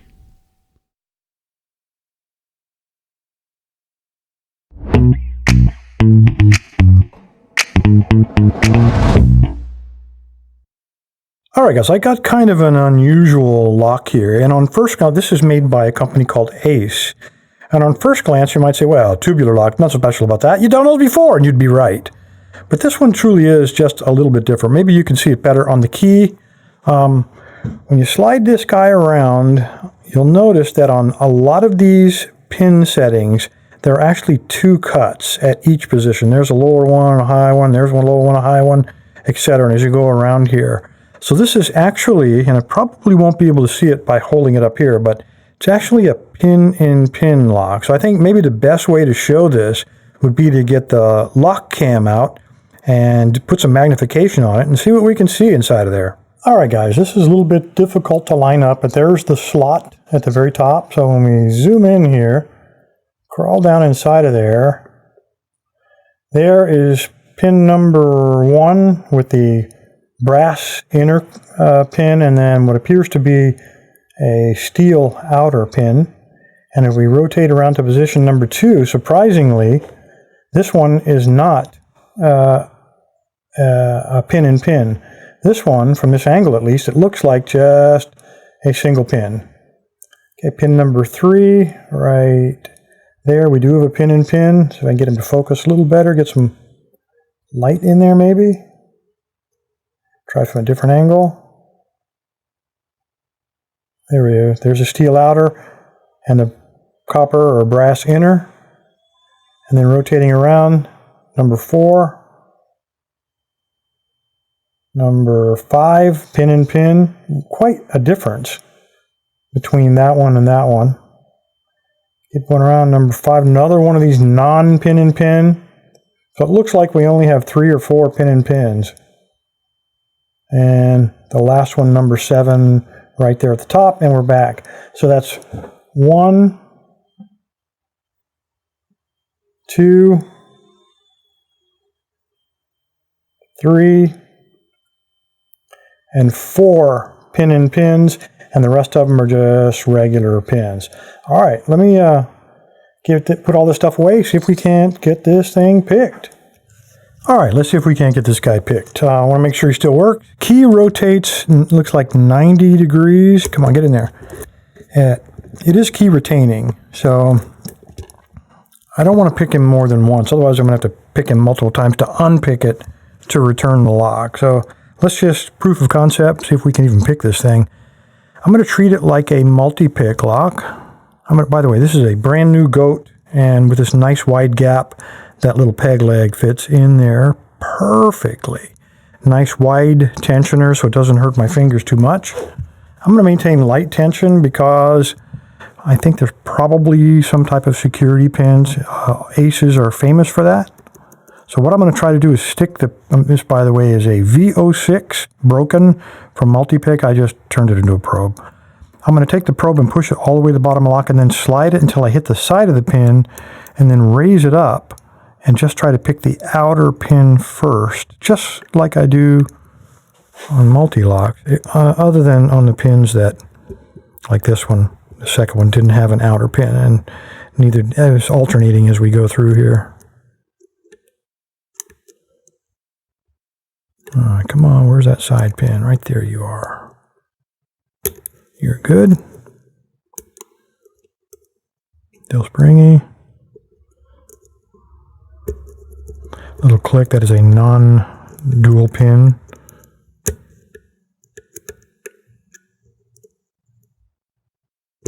Okay, that was the outer pin of the top left pin. I got a little click. Felt a very slight movement on the core.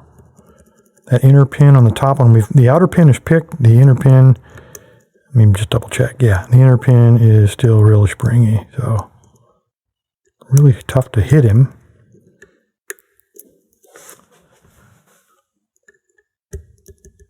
Okay, that was the outer pin on that one. I believe that one is set.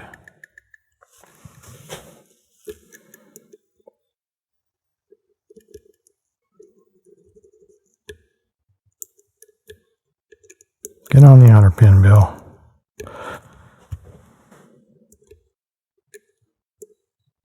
Definitely don't want to try to set them both at the same time.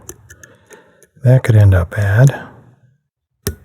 Okay, outer pin. Inner pin is still springy. Come on, where are you? There you are, nice and springy.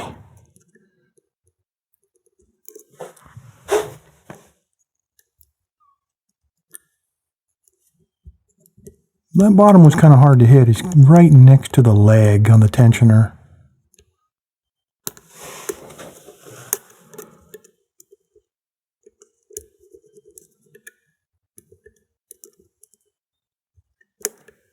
Okay, I felt a little turn on the core there.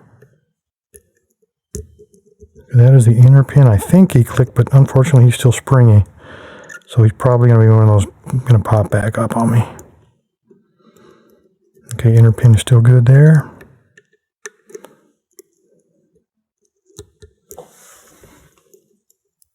Try a little angle here. Still springy. Okay, that one I touched, I got a little turn on the core. So I have the equivalent of a fault set, if there is such a thing on a tubular lock.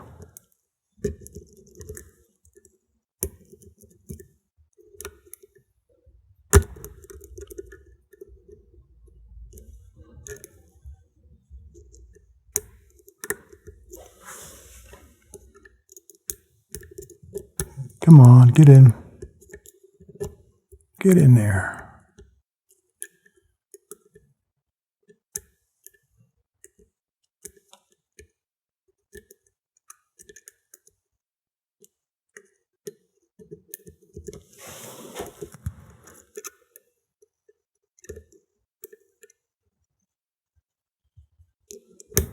Well, nice fault set. That was the outer pin again on that top left pin.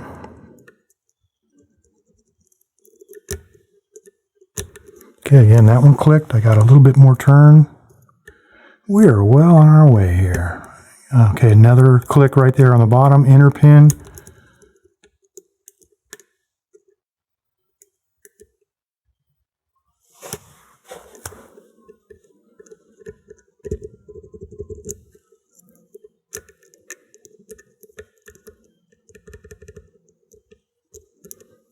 Just double checking that inner pin. I think we're good there. And there we go. All right, I only picked it one position. So in order to pick it, we'd have to pick it completely open this. We'd have to pick it again to the 90. I don't want to do that simply because I'll have to pick it 2 more times to put it back in the original condition. It's a borrowed lock. I don't want to grind off that tip. But you can see how long this took. These pin and pins, it's very much like the early multi-locks, pin and pins. I think let's see, there's 4 with double pins, so that's 8 plus 3 more, so there's 11 pins in here, 4 of them pin and pin in this Ace tubular lock. Anyway, guys, I appreciate your time. Stay safe, stay legal, and now I gotta unpick it.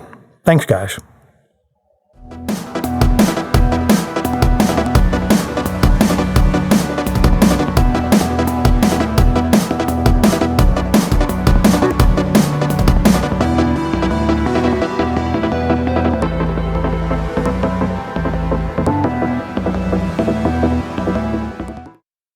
Alrighty, up next we have one from The Prepared Mind. It's titled, Help is Not on the Way, Get Prepared. IMP is the issue.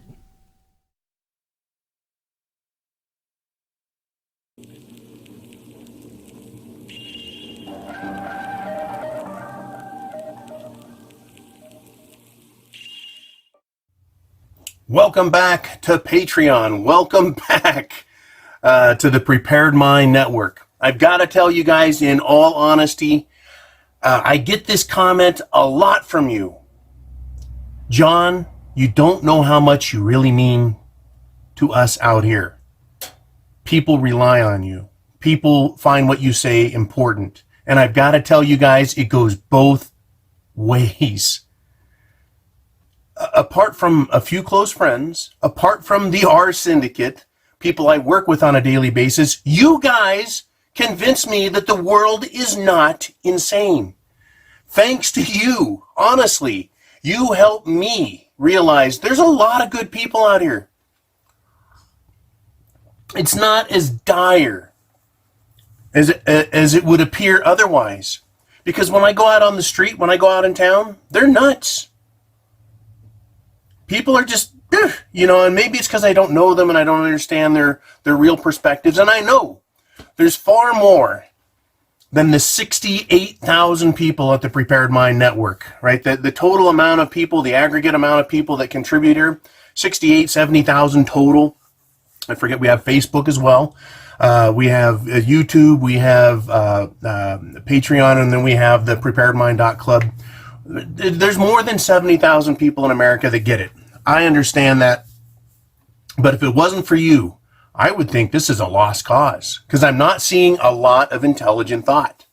So, that said, I need you guys as much as you need me. And I'm totally grateful for you guys, just as you're grateful to me. And I'll continue to support your need for information, different perspectives, ideas, ways to think about stuff. At the very least, to challenge your thoughts, bolster your thoughts, help you understand, and maybe point out some other information that might contradict your thoughts. Give you some things to weigh. We need to weigh things. But today, the scales have been tipped as if Godzilla stepped on one side. It's tipped to stupid. So I want to start here with an article from LibertyNation.com. This is going to be about impeachment and how that is pushing us into shit it's the fan. It is demonstrating an absolute disconnect with reality, common sense, critical thinking. Hello, right? Logic. The half of the nation at least has just lost it. They want to impeach President Trump for purely political reasons. Now that said, this is not a Republican versus Democrat battle over impeachment. You've got Republicans joining the impeachment side, and you've got Democrats not wanting to do impeachment. And before I get into this, the purple tie, purple pantsuit that Hillary wears and others, the purple color that they wear, isn't a demonstration by politicians to say, we're centrist. We're going to work with Republicans and Democrats. It's a different statement, in my opinion, and that is they're using both sides. They're not just red, not just blue. They're using everyone. They're purple, right? You mix blue and red together, you get the color purple. It's not royalty, it's using everybody. That's what they're trying to say. We're using you. We're using both sides. You bet. The globalists are using everybody they can. So back to impeachment. It's not about getting rid of a Republican. It's about getting rid of someone who opposes the purple, opposes the agenda. So, but it is being presented to us as Democrats versus Republicans, Democrats versus Trump. So LibertyNation.com article here, 5 questions that frighten impeachment crazy Democrats. Ukraine, Democratic National Committee connection. There is a real DNC collusion to Ukraine. And the fact that it exists and that it may come out frightens Democrats. Right? In other words, the impeachment effort so that Donald Trump will be smeared for the election could turn around and expose Democrats for what they are. Now, me and you are talking about this. You can go read it as if it's fact. Well, whether or not it's fact is irrelevant if the rest of America doesn't learn about it. In other words, the 70,000 of us here need to learn. But so does the rest of the country. The good news is they are waking up. They're now saying yes, a majority saying, yeah, you need to investigate Biden over this. It's not just the president. Everyone needs to be looked at if they're being accused. And if the information is, well, Trump, you didn't do anything, but Biden, yes, you did. Yeah, let the chips fall where they may. The second question that Democrats are afraid of, anonymous witnesses? Really, they're anonymous. Why do they need to be anonymous? Right? This is like, well, I heard from someone who heard from someone who heard from someone who's really reliable. You can't take that as reliable information. And this idea that they can use anonymous second, third-hand information in an impeachment is ridiculous. And then another question that's come up that Democrats need to be worried about, another whistleblower, but they're connected, but they're not connected. Somehow this whistleblower has close professional ties to Democrat presidential candidates. Yet they were on the inside, and so they've got this insider whistleblower information. It's just not believable that as they're trying to put this impeachment out, they keep finding anonymous whistleblowers ready to do this. It stinks, and the Democrats know it, and they're fearful. Another one is Schiff. Another thing that worries them to death is Schiff, Adam Schiff, right? Schiff, Shifty Schiff with the big eyes, shift in his pants, right? This guy's a knothead. He's been caught lying, really lying, not just bullshitting, but lying, making stuff up. Looks like he was colluding with, that he was conspiring with these so-called whistleblowers ahead of time, at least one of them, right? He's not believable. He's not reliable. And as such, or in that condition, he is a liability for public opinion, not only against the impeachment, which he's hurting their odds of pulling this off as legitimate, being a real impeachment and not a political circus and hack job. But Schiff is hurting the credibility it'll hurt the credibility of the presidential candidates. It'll hurt the credibility of congressional candidates, as well as Senate candidates that are Democrat, if they want to support a guy like Adam Schiff. Right, yeah, that guy's special. Did I get everything? Let's see, 1, 2, 3, 4. No, I seem to have lost one of the questions. Actually, I didn't. Oh, window of opportunity. Right. This is obviously partisan, and the public will see it. If they haven't seen it already, they're going to see it. All of a sudden, after 3 years of getting nothing, now they finally have something. After 2.5 years of Robert Mueller doing his super duper bang up job where he said, well, I can't convict the president, but I can't exonerate him either. What kind of shit is that? Either you have proof or you don't. You can't say, well, I don't have proof, but I do have proof. It's ridiculous. But after all of that, now we're to believe all of a sudden these whistleblowers pull something out of their ass, right? The window of opportunity that they have is right now. And they just so happen to have stuff, even though it's comically fraudulent. And their window is shrinking. They're running out of time, but they're going to try and squeeze it in, and it is very opportunistic. Now, to make matters worse, we have a report by the New York Times. According to the New York Times, a White House official was visibly shaken. Now, if you've ever seen somebody that's visibly shaken, they're shaking, they're upset, they're crying, they're incoherent, they're in a state of shock. Visibly shaken is a mild state of real shock, right? So let's read from the New York Times. The official was, quote, visibly shaken by what had transpired, end quote. The CIA officer, that's the whistleblower, wrote in his memo one day after Mr. Trump pressured President Volodymyr Zelensky of Ukraine in a July 25th phone call to open investigations that would benefit him politically. No. See, this is where one person's opinion is supposed to outweigh other things, right? This CIA official, who's an unknown, unnamed whistleblower, is supposed to have more credibility than a known, elected presidential figure of the United States of America. See, this is very much like the hashtag #MeToo Supreme Court nominee hack job, where someone could come and make an accusation, and that accusation without any evidence is so strong that she must be believed. It's not the nature of the evidence, it's the seriousness of the charge. We heard this way back with Clarence Thomas. We heard this during the Clinton stuff. It's never, ever, oh no, it's never the nature of the evidence, it's the seriousness of the charge. Well, let's not take any charges made by President Trump or any Republicans or me or you or anyone else seriously. But an unnamed, unknown, anonymous CIA Democrat partner, right? A partisan is supposed to have insider information.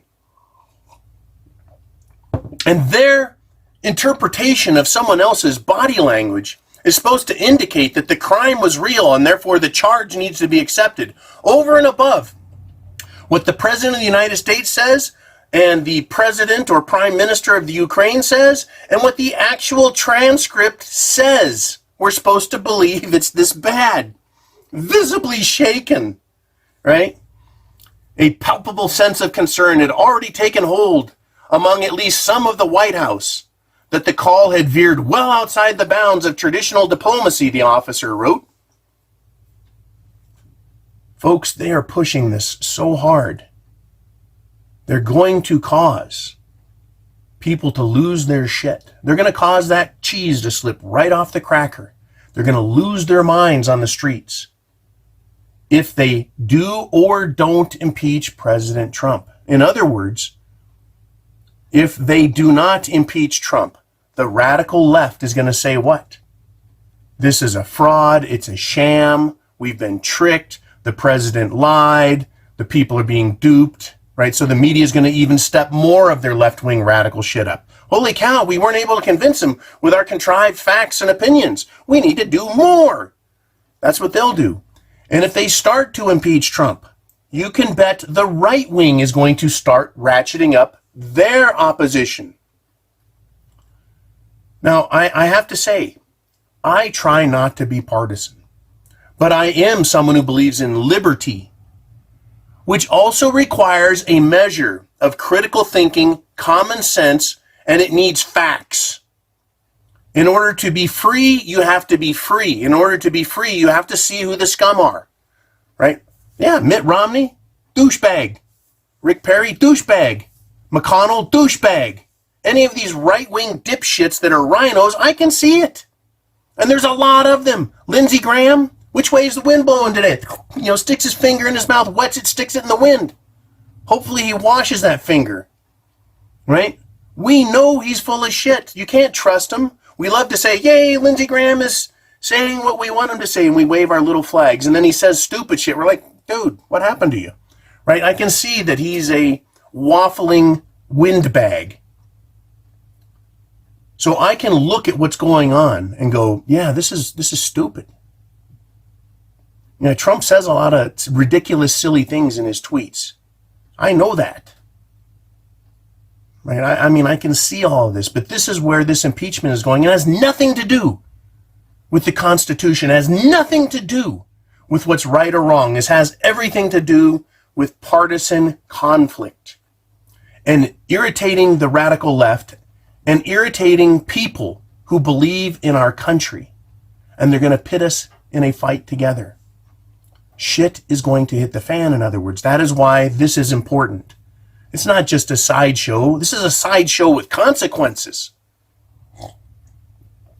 with real consequences. Do you have food, water, medicine, shelter, clothing, means of self-defense? Do you have those things?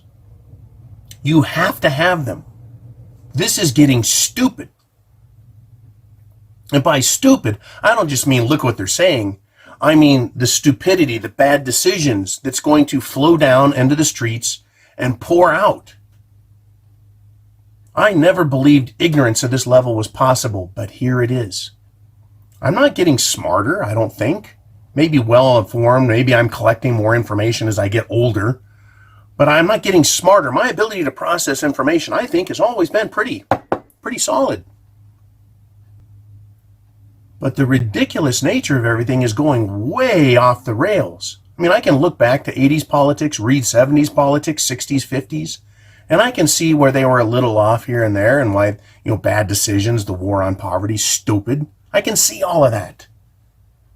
But I can also see where the Democrats were trying to do good things and they cared about the country. And then you can see where they're doing really stupid partisan shit. You can even see where the right does stupid partisan shit. I get it.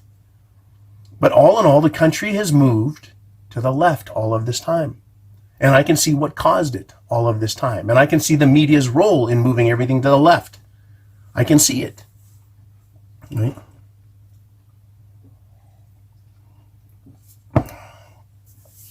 So back to impeachment. Visibly shaken by what had transpired. This is someone's opinion. This isn't everyone else's opinion. We don't even know who this official was that this other person's referring to. And why would they be visibly shaken over a conversation? Why not be visibly shaken over the economy coming down? Why not be visibly shaken over the crisis being caused by George Soros sending families from around the world and Mexico to the border to starve, to be desperate, to be broke? Why isn't that visibly shaking them? Hey, how about people dying because of drone bombings? Don't you think a few deaths would be more visibly shaking? Would cause more tremors, more shock, more confusion mentally than a conversation between two presidents that everyone is listening to? Apparently this person was listening and they were visibly shaken. What about all of the NSA? What about all of the CIA? What about all of the FBI people listening in, right? They're listening in going, oh yeah, they're having a talk. Why weren't they visibly shaken? And we're supposed to care about one person? Some snowflake that's visibly shaken? They can't handle listening to the president actually talk and use words? Well, what are these words? What are the words? This is the pressure that supposedly was put on. Here's the conversation between our president of the United States and Vladimir Ding Dong. I would like you to do us a favor, though, because our country has been through a lot and Ukraine knows a lot about it. Stop. The president says, do us a favor. They can't force anyone to do anything, but countries do cooperate in law enforcement in criminal matters. Happens all the time. I would like you to find out what happened with this whole situation with Ukraine. They say, CrowdStrike. I guess you have one of your wealthy people. The server, they say Ukraine has it. There are a lot of things that went on. The whole situation, I think you're surrounding yourself with some of the same people. Here it sounds like Trump is saying, these people that did CrowdStrike and which is a political hack job. There's corruption. And this guy that's taken over Ukraine as the president ran on an anti-corruption platform. So now our president is talking to him saying, hey, there's a lot of corruption there. Look into this CrowdStrike thing. See what was going on. We recommend it. Do us a favor and find out what the fuck is happening in your country, in other words. Okay, back to an actual quote of the president now. I would like to have the Attorney General, meaning of the United States of America, call you or your people, and I would like you to get to the bottom of it. He's not telling him, I'm telling you to do this. He's saying, hey, look, I'm going to have the Attorney General give you guys a call. In other words, this isn't a secret conversation between Trump and Ukraine. This is a secret conversation between Trump and everyone in the room and everyone who's listening listening in and recording the phone call. Everyone there knows. And now, hey, the Attorney General, Bob Barr, is going to be involved. It's not a secret. He knows everyone's listening. He knows there's people in the room. He knows Ukraine's probably recording the call. He's not going to say anything stupid or illegal. He's not like Joe Biden sitting in front of God in the world saying, I told them you've got 6 hours to get that prosecutor off of my son's ass before, or you're not going to get $1 billion in money. Gleefully admitted it in front of the Council on Foreign Relations while it was being recorded. That was stupid. Right up Joe Biden's alley. But let's not investigate that, say Democrats. No. We need to get into this, where the president says, I would like to have the Attorney General call you or your people, and I would like you to get to the bottom of it. In other words, I would like you to do some law enforcement and investigation over in Ukraine over what happened. He didn't say over what happened with only this side and not us, not the Trump administration. He's saying, I want you to take a look at all of it. Wealthy people, CrowdStrike, etc., right? Sounds pretty fair to me. Back to the quoting of the president. As you saw yesterday, that whole nonsense ended with a very poor performance by a man named Robert Mueller. This is discussing the whole Mueller special investigation. He called it a very poor performance. And the president goes on to say, an incompetent performance. Yeah, it was. It was duly noted. But they say a lot of it started with Ukraine. So Trump is pointing to the investigation Robert Mueller did and said, hey, Ukraine seems to be a source of a lot of this problem. I think you should look into it. I'm going to have Attorney General Barr, give your peeps a call. See what you can find out. And it goes on with the quote, whatever you can do, it's very important that you do it if that's possible. It's important that you do it if that's possible. Nothing about money here. Nothing rude. Nothing underhanded. But someone was visibly shaken? That's a bullshit story that's been added to this, that's being reported by the New York Times, which no one really reads or believes, except for left-wing partisans who want their confirmation bias cup filled to the brim so they feel good about it, about what they believe. Yeah, get Trump out of there. Someone was visibly shaken, and that was reported by a CIA anonymous whistleblower. And if someone was visibly shaken, that means that something really bad must have happened. That Trump said, maybe this guy was visibly shaken because he just saw a report somewhere else in the White House that scared him. Maybe he was visibly shaken because he got to look at that information on Anthony Weiner's laptop that supposedly contained such damning information about Hillary Clinton that it had caused police officers to cry. It was so horrifying and shocking and terrible. Who knows what this person was visibly shaken over, or if they were at all, because it's coming from an anonymous whistleblower who's a CIA agent. CIA, liar.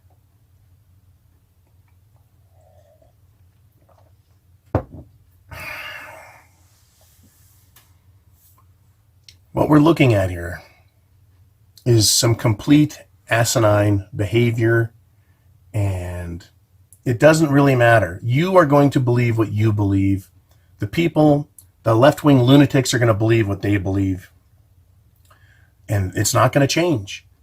The facts keep coming out, and they tend to bolster my belief that this is a partisan hack, witch hunt, attempt to get Trump out of office because the purple tie wearing people want to use both sides, and Trump isn't playing along with them. He is a problem for them, and they need to get rid of him so they can get back to their regular Republican versus Democrat, we're going to destroy the country stuff. But Trump is trying to stop that. Is he successful? Well, he's slowing it down, and he's pissing off a lot of people, obviously. But here we are. This is where we're at. This is why I say you need to be ready.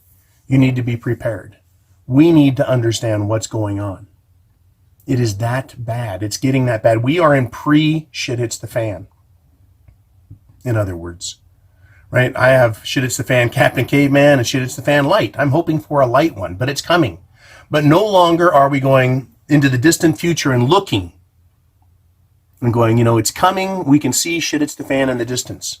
We are in pre-shit it's the fan, right? The train that has been slowing down as as the wheels come off, as the steam is taken out of the engine, as the power that pushes the world slows down, and we're going to coast right into shit hitting the fan. Yeah, we're now slowing down, right? The train is coming into the station. It is pre-SHTF. We're seeing melting down on the streets. We're starting to see evidence of what people will do. The hardships people are facing, the economic slowdowns that we're seeing, the poor political behavior, the ineffectiveness of law enforcement to be able to keep order. And at the same time, we're seeing where there's strong disorder, certain corrupt police departments are not doing their jobs. They're refusing to uphold the law to protect and serve the public. Not just not individuals, but they're not even serving the public well by allowing like Antifa to run nuts. Pre-shit it's the fan, I think, is now here. This is evidence of it. And if it's not evidence of it now, it certainly will and should be as soon as they have an official impeachment inquiry started. They can't let this go, right? I don't know how they're going to get the impeachment shit back in the horse. In other words, now that they've started it, how are they going to be able to stop it? I don't think they can. And if they did, like I said, the radicals are just going to lose their minds. We may cheer on our side, yay, stupid idiots, go away. We may cheer. And hopefully that de-escalates the situation some. But I don't see it de-escalating. I see the left-wing lunatics getting worse. I see the AOCs. She's got a new program she's put out, by the way. She's got another socialist program with a catchphrase. The New Green Deal didn't take off the way she wanted it or the way her sponsors planned it to do. It's just not taken off. So they have a new socialist agenda that they're putting out. Folks, it is just incredible what they're pushing at us. We need to be prepared ahead of time. And again, like I said at the beginning, I want to thank you for making me believe and understand that there's a lot more people in this country that see things the way you and I see them, and that we're not all alone. We're not crazy, right? And yeah, I'm glad that I'm here to provide my insights, information, perspective, and commentary, just as I'm grateful to you for putting your commentary on here and for contacting us and giving us your support. Support at Patreon, support at thepreparedmind.club, etc. Godspeed to all. Semper Fi, and chance favors. The Prepared Mind is yours. I'll be talking to you very soon.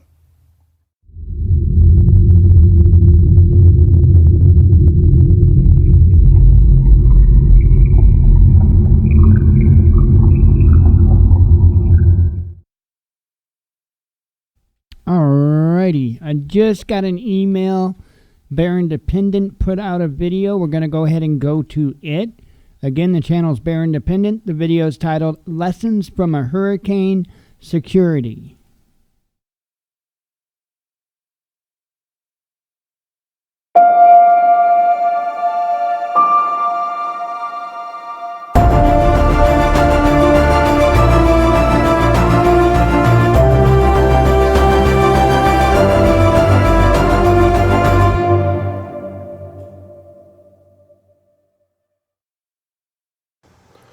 Episode 4, Lessons from a Hurricane, Security.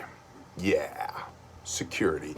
I am the Bear of BearIndependent.com. Sometimes they call me Oso Independiente, Oso Hermano, the Peanut Butter Bear, or the Grand Poobah of the Tactical Alpaca Response Team. A title I wear with pride. We're talking about security today. These are lessons that we have learned from myriad deployments to disaster-affected areas, most lately Hurricane Michael, Panama City, Florida, with the mighty Reverend Gilbert of nightrunners.org and all of our dozens of volunteers from Bear Nation. Clap it up. These guys are awesome. So, security should be an obvious thing, and it's one of these things Man, there's just no gray area on this. You either have people that are clueless, they don't know anything. They're like, if something bad happens, I'm just going to poke them with a spork. Like, that's not a security plan. And then you've got this. All right, guys, listen up. Here's what we're going to do. When the toddler has to use the potty, I want 3 men on the toddler at all times, points out, hardened up. I want an OP up here in the sandbox. We need to be able to see for at least 50 meters in every direction. Any mom with a stroller is suspect. It's like, bro, simmer down. We're at the playground, okay? Simmer down. So, go to bed. Where's the sweet spot? Well, as we've been talking about, practice the problem. Learn by doing. Do the things.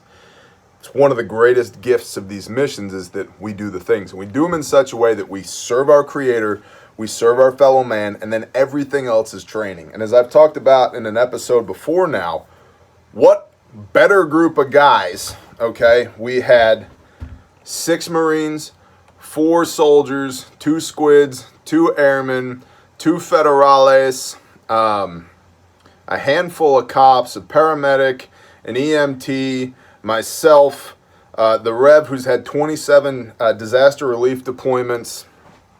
I mean, I don't even want to think about how many years, probably centuries of deployment time we had on site, just within this group of people.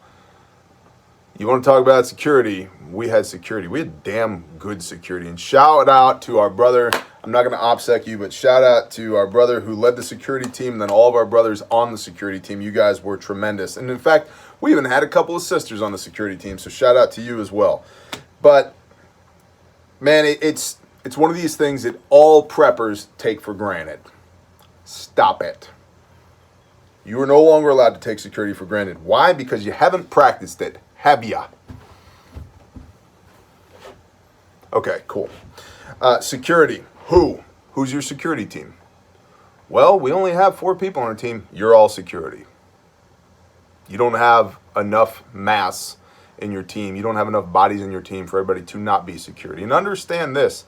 When you're in a hostile environment, and we can define hostile environments however you want, it's going to change based upon your situation and who you are and your geography and your topography and blah, blah, blah, blah, blah. Yeah, MET-TC dependent.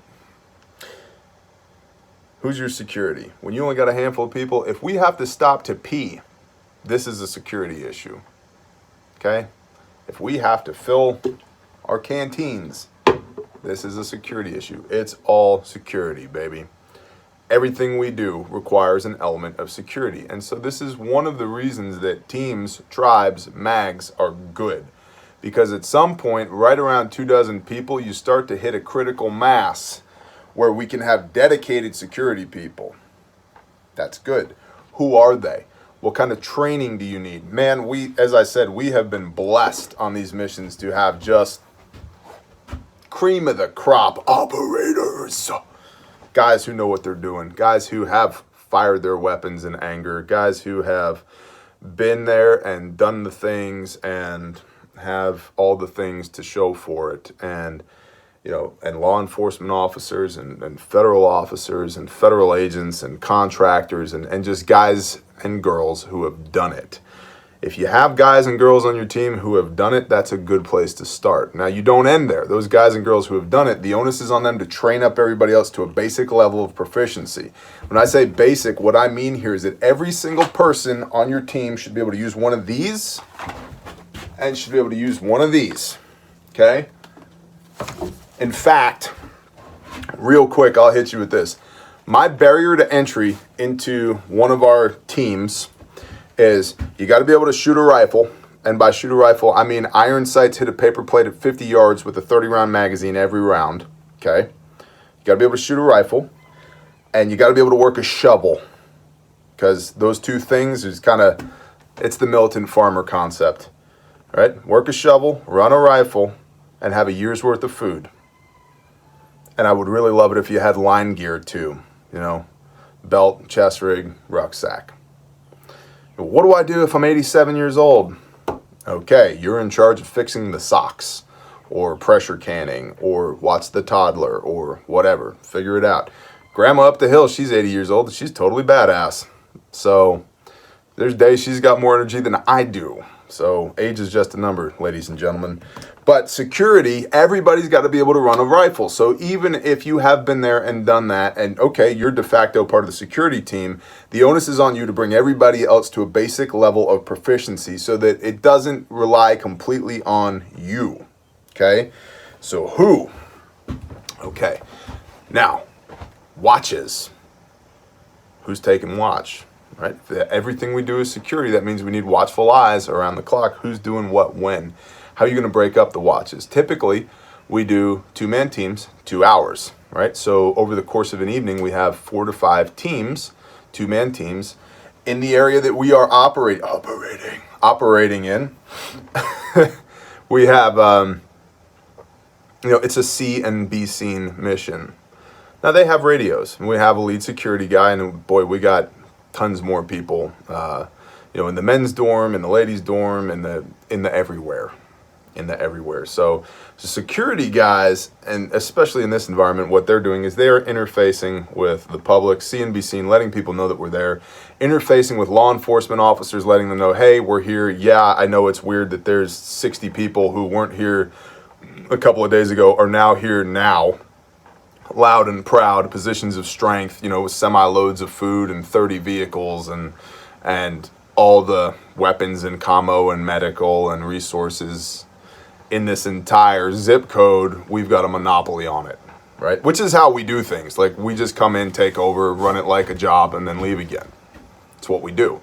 And in fact, it's been cool talking with a lot of these vets. They're like, man, how do we do this thing? I'm like, it's a mission. They're like, yeah, but do we have that? Yeah, we have that. It's a mission. Okay, well, what about that? Yeah, it's a mission, bro. Yeah, but who's going to watch it? It's a mission. It's like, One guy said to me, man, I won't OPSEC you, brother, but I remember specifically who it was. He said, this is just like being deployed with all the good stuff and none of the bad stuff. I was like, that's awesome. That's like the greatest compliment I think I could possibly get. That's awesome. So, watches. Who's going to run the watch, right? Who runs it? Who's performing the watch? How long are they? And what is your area of responsibility for this watch? Okay? I like 2-man teams, and I really don't like one guy over here and one guy over here. I like 2-man teams together. Now, depending on the size of the area you're trying to control, that's probably not going to be enough. You got to figure that out now. What's the loadout? For us, doing what we were doing, it was your EDC, which is, a pistol and at least 1 reload, some medical. I'm a big fan of having a tourniquet on me. You guys know this. I always have a tourniquet on me right there in the pocket. There's a cat tourniquet. This is a Gen 3. We are including Gen 7s in the bare facts and the bare minimum kits. But, what do you do with the 40 million let's be honest. What do I do with the probably 40 Gen 3 tourniquets that I have? I'm not replacing them. Like, those are mine. I'll keep them. Here's another one, right? Here's another one. Here's another. Oh, that is a Gen 7. Okay, well, I replaced some of them. But anyway, basic EDC loadout. Pistol and reload, tourniquet, lighter, flashlight. Flashlight is big at night, so you can look into the dark spots. Hey, you, get on the ground, right? So you can do that. A notepad and a pen for taking notes, writing down useful things. That's a very cop move, but it's good. And commo, a radio, 1 for each man or woman, and 1 for the team leader. Okay, and to that end, what are the ROEs? Good, we're all carrying pistols. Do we go, get on the ground? No, that's not how we start the conversation, right? Right, which is why it's really good to have trained people. What are your ROEs? For this mission in this environment, it's a see and be seen. Interface with people. Because we've had people drive by at 3 o'clock in the morning and start eyeballing our stuff until they realize that, hey, not everybody's asleep. And then literally the tires squeal and they drive away. Good. You light them up with a flashlight, you got very few problems now. Most troublemakers don't want any trouble. They're not interested in a real conflict. They're just not. They want easy targets. They don't want 60 people who are squared away and hardened up. They don't want that. And so just letting them know, hey, we're squared away and hardened up, that tends to solve the problem in the environments that we're operating on in these mission charitable relief missions that we're doing. But for you, in your environment, you're without rule of law, Teotawaki, SHTF, end of the world as we know it, whatever. What are your ROEs going to be? And is everybody on the security team trained up in these ROEs? Part of this, too, is, like I just said, see and be seen versus gray man, okay? Maybe not everybody needs to be seen. Now, in a rural area, that could be dedicated security personnel on property, hardened up around the fob, and then patrolling elements as well. It could be LPOP, which you know is in place, but nobody else does, and they don't know where it is. It could be in an urban environment. It could be somebody functioning as a gray man who's a sleeper, or a couple of them, where they have no outward appearance of being a security person, but the moment you need them, they are there, and they know when to dive into action because you've established the SOPs and the ROEs. Things to consider. And then how does that differ? Static versus dynamic. Static, here on base, man, like, this is what we need to happen, this is what we're doing. Okay, no problem. Dynamic, we go out into the world and we start operating on somebody else's turf. Now what does security look like? Is what we talked about in our commo, or I'm sorry, not our commo, but we addressed this actually in our gray man as well as our convoy tactics. What does that look like security-wise out in the world? See, it all plays together. Like, all of this stuff informs the other stuff, which is why it's so valuable to come and do these things with us. Because it's like trying to describe an individual arm of a spider without acknowledging the other 7 arms and the head and the body. And, right, it's all part of the same organism. So yes, they are individual. There are individual facets to this, but they all inform each other. They're all tied together. They're all part of a cohesive action plan to accomplish good on target, right? That's what we're here to do, right? So mobile security is actually different the way that we present, right? Because we're there to be a blessing to people, but the moment things go sideways, now it's break contact, create space, build hedges, if needed. Like, and we've never, by the hand of the Most High, had to present a weapon. We've never had to break contact. Praise the Father. But that doesn't mean that we don't have SOPs and ROEs, okay? And then lastly, as I kind of touched on earlier, here's a piece of duct tape that was stuck to my desk. As I kind of touched on earlier, what are the qualifications for security personnel? I would look first and foremost at people who have been there and done that. And if they have some training cred, right? They've given training, they've taken training. Okay, cool. I mean, for us, we're all carrying weapons. So you need to have CCW that is has reciprocity in the state that we're operating in. Otherwise, I can't legally have you associated with what I'm doing, carrying a weapon on site. That's just no good. I can't do that, right? But those who can, do. And those who can't, doesn't mean you don't bring your playthings with you in case the world gets screwy while we're deployed. So that, you know, if we find ourselves in an environment that is without the rule of law, that's a whole nother ball game, man. But qualifications, people who have been there and done it first. And then the people who have been there and done it, the onus is on them to train up others to a basic level of proficiency. And once you accomplish basic level of proficiency, don't stop there. Start hitting that pie plate at 100 meters with open sights, not 50, right? So forth and so on. So, and then also, I think it's important to consider in qualifications, unit cohesion. Everybody's got to get along, man. We don't all have to love each other all the time, but we have to be able to work with each other. So if you have somebody who's eminently qualified, but is kind of an a-hole, and I'm not talking about any of our people, just so we're clear. We have been blessed with excellent people on these deployments. I mean, the best tremendous big league people. But I've been in other situations where we've had guys who were clearly a waste of space. Yeah, no good. Just because they look good on paper doesn't mean they are good in real life. And so you do not want to destroy that esprit de corps, that unit cohesion, by bringing in somebody who on paper looks good, but in reality kind of sucks. Yeah. Or is just not worth, maybe they're a prima donna, or I was going to say bad words.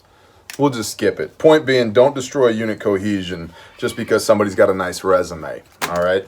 And so with that is episode 4, Lessons from a Hurricane and Security. And so I would encourage you guys, if you want to be involved in the next deployment, go to bearindependent.com/missions.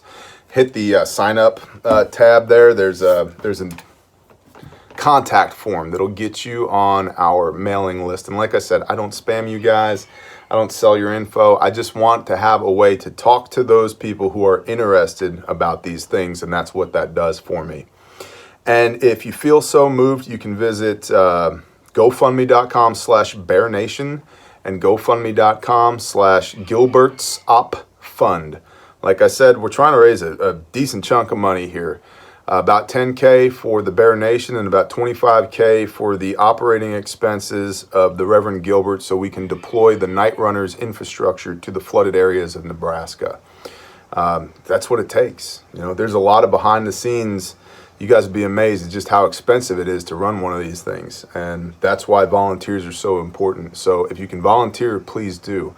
If you can't, please consider donating. And I just ask it with all love in my heart. And if you can't do any of those, pray for us. I'd really appreciate it. Like, for real. Pray for us first. Let's just get that straight. Pray for us first. And then everything else is secondary to that, because the Father's will be made manifest.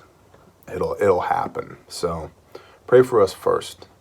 Volunteer second. And if you can't volunteer, I'd love to have a $10 bill from you, or a $1 bill, or a whatever. And I mean that in all love, because it's not for me. It's so that we can go do these missions that the Father has written on our heart. So thank you guys. Security, practice it. Go do the things. Don't just assume that you know how to do the things, because we are surrounded by people who know how to do the things, and we're constantly learning, which is why we are bringing you these myriad episodes on Lessons from a Hurricane, so that you can benefit from our instruction, benefit from our mistakes, benefit from the things that we have learned, so that we can transfer them to you, so that hopefully you can go use it and not make our same mistakes, or at least get ahead of the learning curve. Shalom.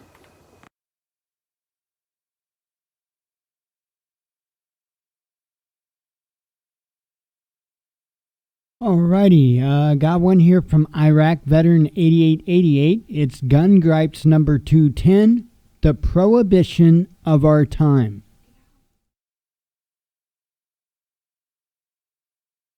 Welcome back, everybody. This is Eric and Chad here with Iraq veteran 8888.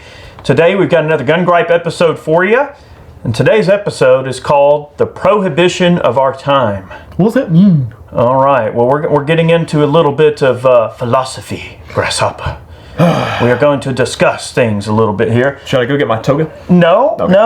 no togas.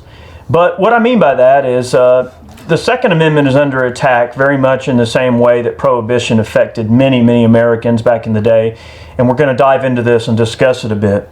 I definitely want to take a moment to thank the kind folks at SDI for supporting our content and allowing Gun Gripes to get out there raw and unfiltered and in your face. And they've got wonderful gunsmithing programs. If some of you are looking for higher education in the gun technology world, definitely look into them. They're really good people. They'll take care of you there.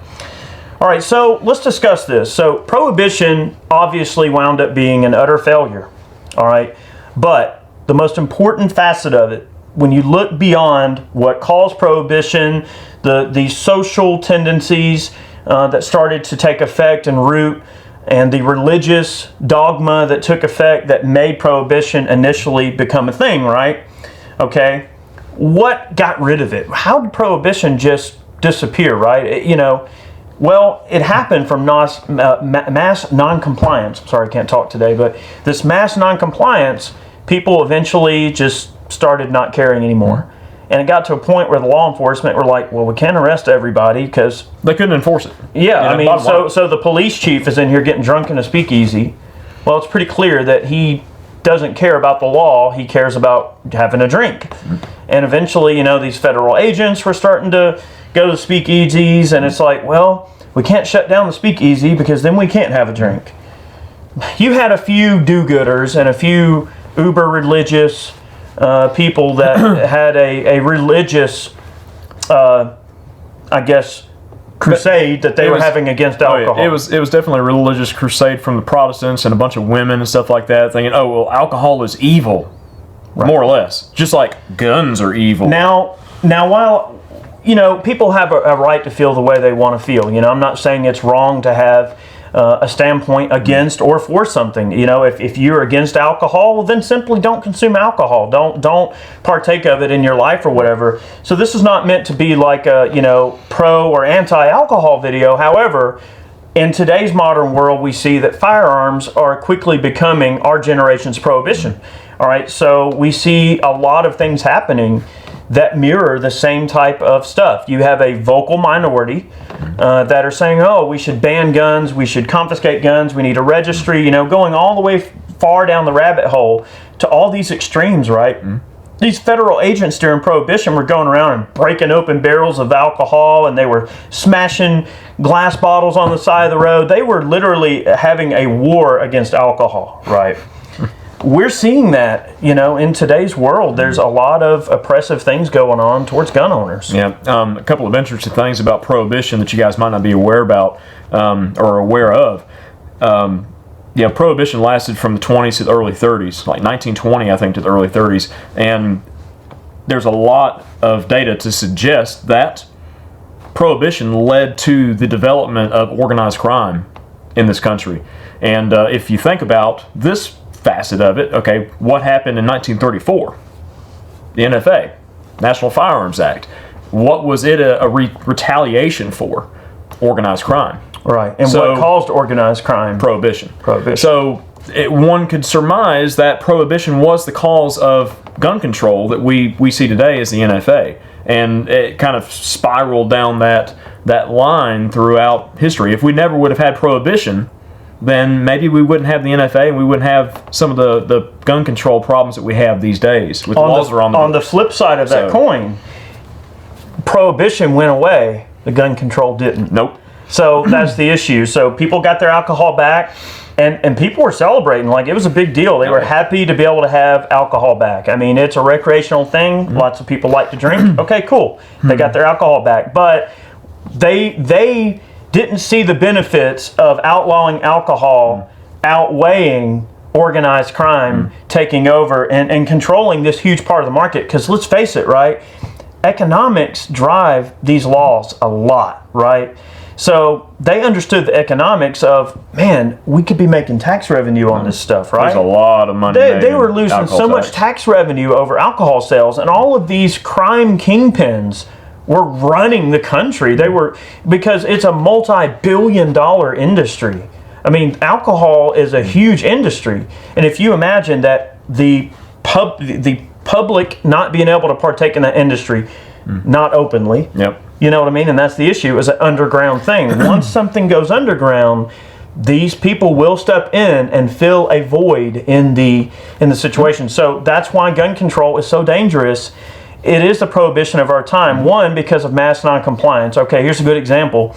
Look at the assault weapons ban that sunsetted. Right, it was the 94 ban. Yep. Okay, so the 94 ban sunsetted, and they had all this data, crime data, right? So what did they determine, right? They determined that the data was so inconclusive that there was really no reason for there to ever be an assault weapons ban, and it had zero effect on crime. Okay, now that was the law of the land at the time, the assault weapons ban, and all of the companies that were making these firearms obviously had to do away with certain features, but for the most part, life went on. There were still the older guns out there that people had access to. There were still people building, and it didn't matter, right? So the issue is, the mass noncompliance issue, look at bump stocks, okay? Right now, if you're in possession of a bump stock, you are technically a felon according to the government right now. You were in possession of an illegal machine gun. You are in possession of an illegal machine gun. Right now they're saying you got to turn them in or destroy them. Not very many have been turned in. A lot of people have them. So what is it? It's mass noncompliance. How many crimes have been committed with a bump stock?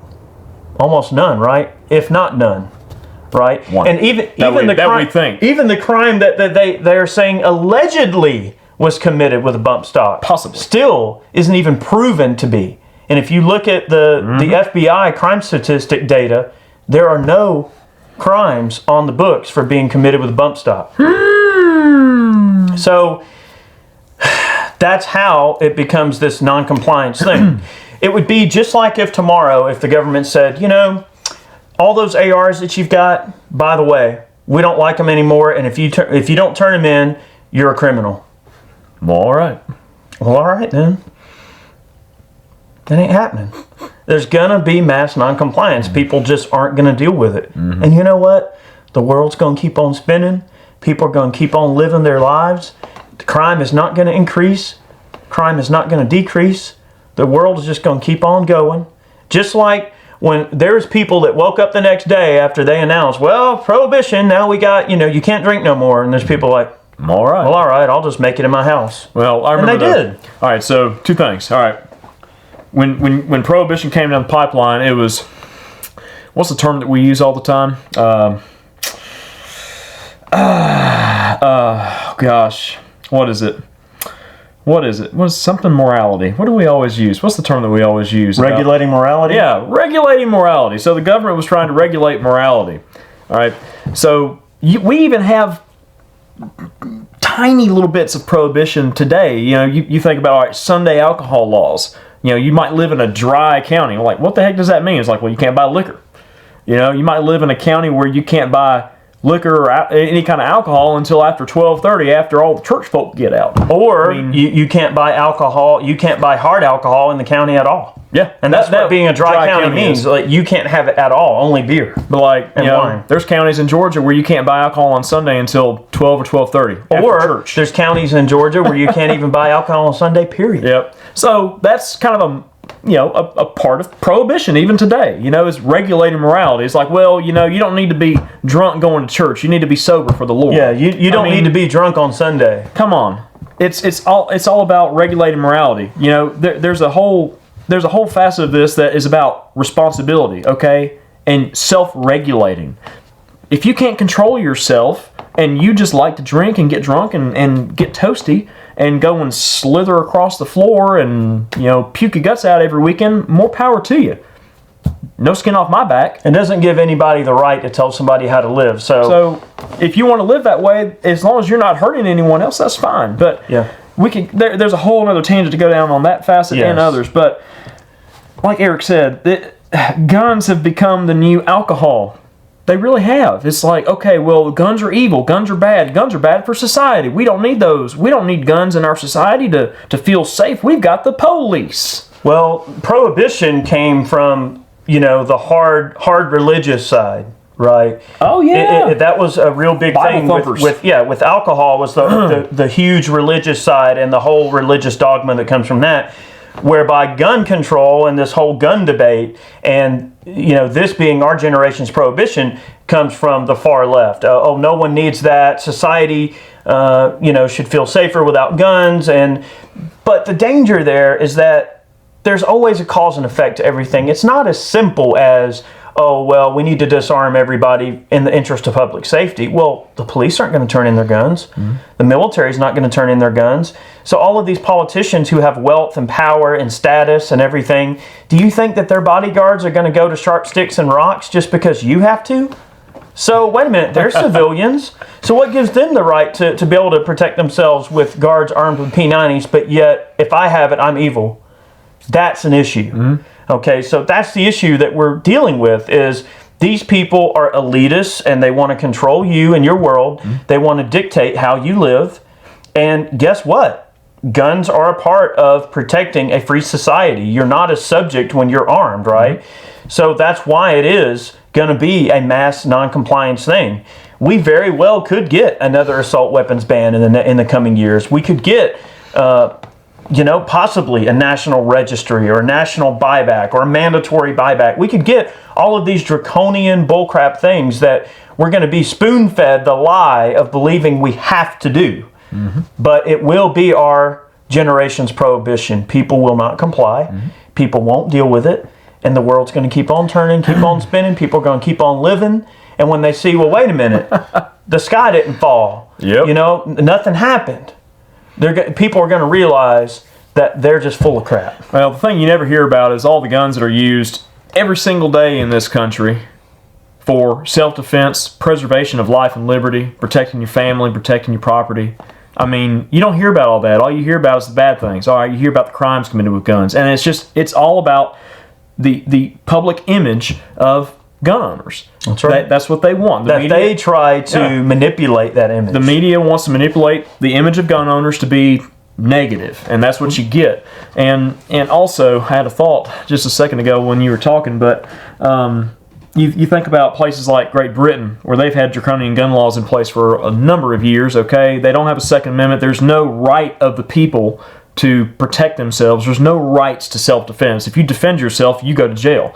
And I saw this video that was very disturbing to me because I'm a family man, okay? I've got kids, I've got a wife, right? So this lady on the street, I think it was in the country of Georgia, if I'm not mistaken. You've probably seen it floating around like Instagram or other social media, but it made me physically sick. I think it was in Tbilisi. Tbilisi? Okay. In the Republic of Georgia. This lady just walks up to this family on the streets and just starts stabbing the kids. And the guy has no way of defending himself. I don't know what their gun laws are like in Georgia, but the dude he just grabs his child and like tries to run away, and she winds up just going down the road. Man, the lady stabbed the kid in the face. Yeah. I'm like, dude, I don't think so. I don't think so. You take the right of the people away. Well, I should say you take the idea of the right away, because we always have the right. We're given to it at birth, or we're given the right at birth. But you take that right away from folks and put it into the public's mind that, okay, self-defense isn't okay because, we don't need that in our society. But then you have evil people still out there. They're not going to pay attention to the laws. They're just going to ignore everything. They're just going to do what they want to do to try to hurt you. Here's one crucial thing that we're going to mention before we end today's video. We'll kind of let y'all get back to your day, but I want to mention really quickly as well that always, always, always, always beware of a group of people who want to have a monopoly on violence. That's what all this comes down to. Yep. The politicians want a monopoly on violence, and the reason they want that... ultimate control. They want control, but they also want to be able to go, oh, you're being stabbed in the face and you have no gun to protect yourself? Well, let me send my police force to come help you. So see, they want not only a monopoly on the ability to deal violence, they want a monopoly on the ways to prevent violence, because they don't want you to be able to protect yourself. They want you to need them. Yeah, but remember, very, very rarely do the police ever prevent a crime. They typically respond to crimes. And look, it's a large ratio there. You're right. So. Now, I do know a lot of cops that are really good dudes, and they would risk their lives to protect their fellow citizens. If something was happening in front of them, they're going to do what they can to help you if they can. But the fact of the matter is, just like a concealed carry permit holder or a guy carrying whatever, I'm for constitutional carry, by the way, but let's just say you're carrying a gun.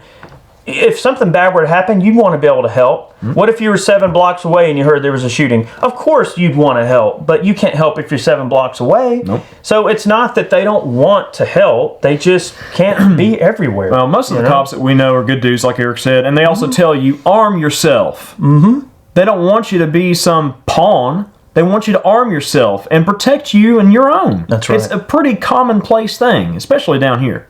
Just remember, guys, that resisting is in our nature as Americans, right? The reason this country exists is because we're a bunch of rabble-rousers. We break the rules. We don't follow the given path. We break the rules. And just know that whenever a time comes that 2A truly does become the prohibition of our time, which I fear it is becoming that. But when it does finally, you wake up one day and you realize, well, they want to make me a criminal just for existing. you have to understand that mass non-compliance will be the absolute best way to fight it. I mean, that's the bottom line. It will be the prohibition of our time. It may be 10 years, it may be 20 years, it may be 30 years. It may never come. We don't know. But I feel that it's a very important fight. And we like making these videos because we feel it's important for people to understand that their rights are under attack. So thank you guys so very much for watching. Hopefully you enjoyed this little bit of philosophy, Grasshopper. Yes, be water. Water can crash. Wash a baby's face. I don't know what that means. Be water. Bruce Lee, man. Go on. All right, well, anyway. Hopefully you guys enjoyed today's video. I'm highly uncultured. That's all right. Yeah, look up Bruce Lee's quotes. Yeah. All right, anyway. all right. But anyway, guys, thanks so much for watching today. And we really appreciate all of our Patreon supporters, those of you who purchase man cans, t-shirts, merch over on the website. All the funds we earn off of those purchases go right back to supporting the channel. And thank you guys very much for watching. Many more videos on the way, and we'll see you next time. See you guys.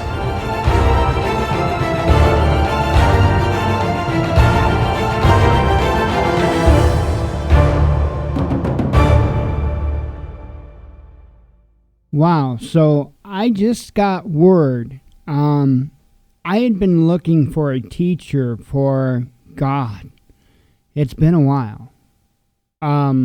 Years.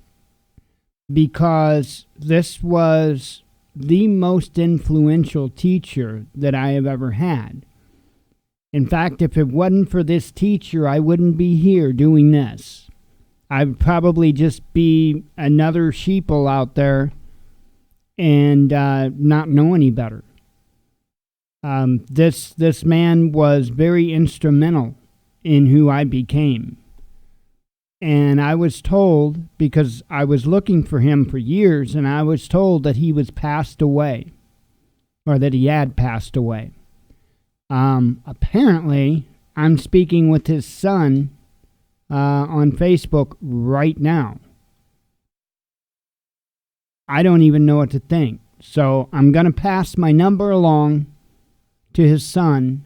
And, you know, if this man has an ability to call me, I have no idea how he is. Man, that would just be amazing. That would just be amazing if I could have that conversation with him. I'm speechless that I might have that opportunity. Absolutely speechless. Okay, let me grab you guys a video and I will go from there. Okay, let me go ahead and do this one from Ron Paul Liberty Report. It's titled, Kurds Make Alliance with Assad. Victory for America, but not for neocons.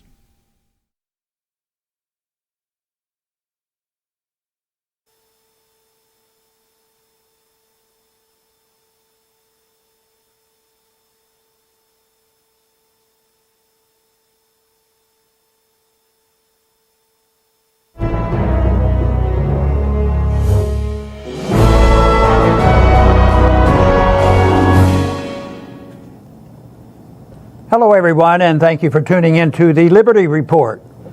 With me today is Daniel McAdams, our co-host. Thank you for being here, Daniel. Happy Monday, Dr. Paul. How are you? Well, very well. Good. Very well. And I guess we'll go back to the Middle East again. That seems to be a hot spot. Big stuff. But who knows? Maybe something will surprise us. Maybe some place like Ecuador or some like Pakistan all of a sudden blow up. And of course, if they get bored, they can always bring up North Korea and South Korea or whatever. But right now, the Middle East is still the big deal. And there was big news about what was going on a border dispute. And that has to do with the Turks and the Kurds and our alliances. How is America to settle this problem?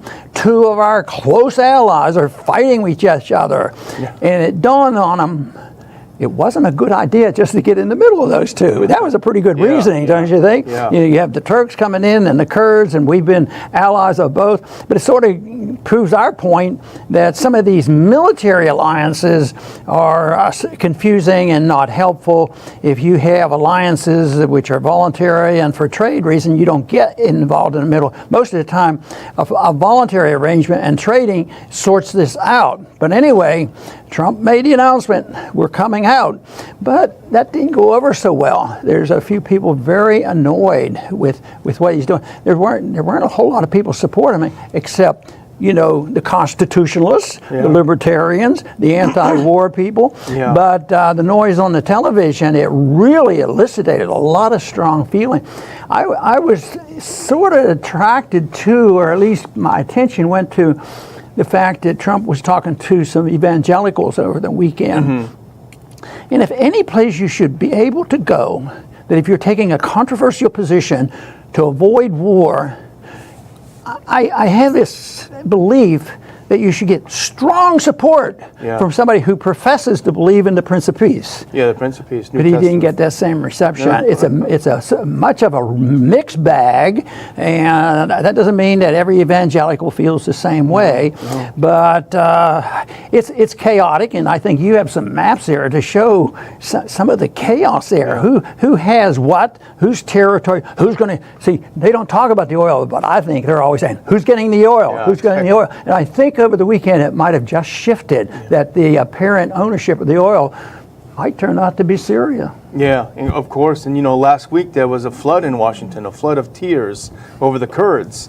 The poor Kurds, we've got to stay there. We can't pull a single troop out because the Kurds are going to be slaughtered. That was the mantra. In reality, as you pointed out in your column today, that was just an excuse to keep the troops there. And over the weekend, on Friday, I think it was, the Foreign Affairs Committee, your old stomping grounds, the chairman and the ranking member, Elliot Engel, and our friend McCall from Texas, introduced legislation hitting Turkey hard with sanctions. How dare they go in there, hit their banking sector, prohibit some senior officials from traveling to the U.S. It's also going to add a few things into it, like sanctions for them daring to buy some Russian missiles instead of American missiles, and all these sorts of things. They want to push Turkey, I guess, further into the alliance with Russia and Iran, because that's the effect. So hitting a NATO ally like this, it's certainly weakens NATO, which is good news for us.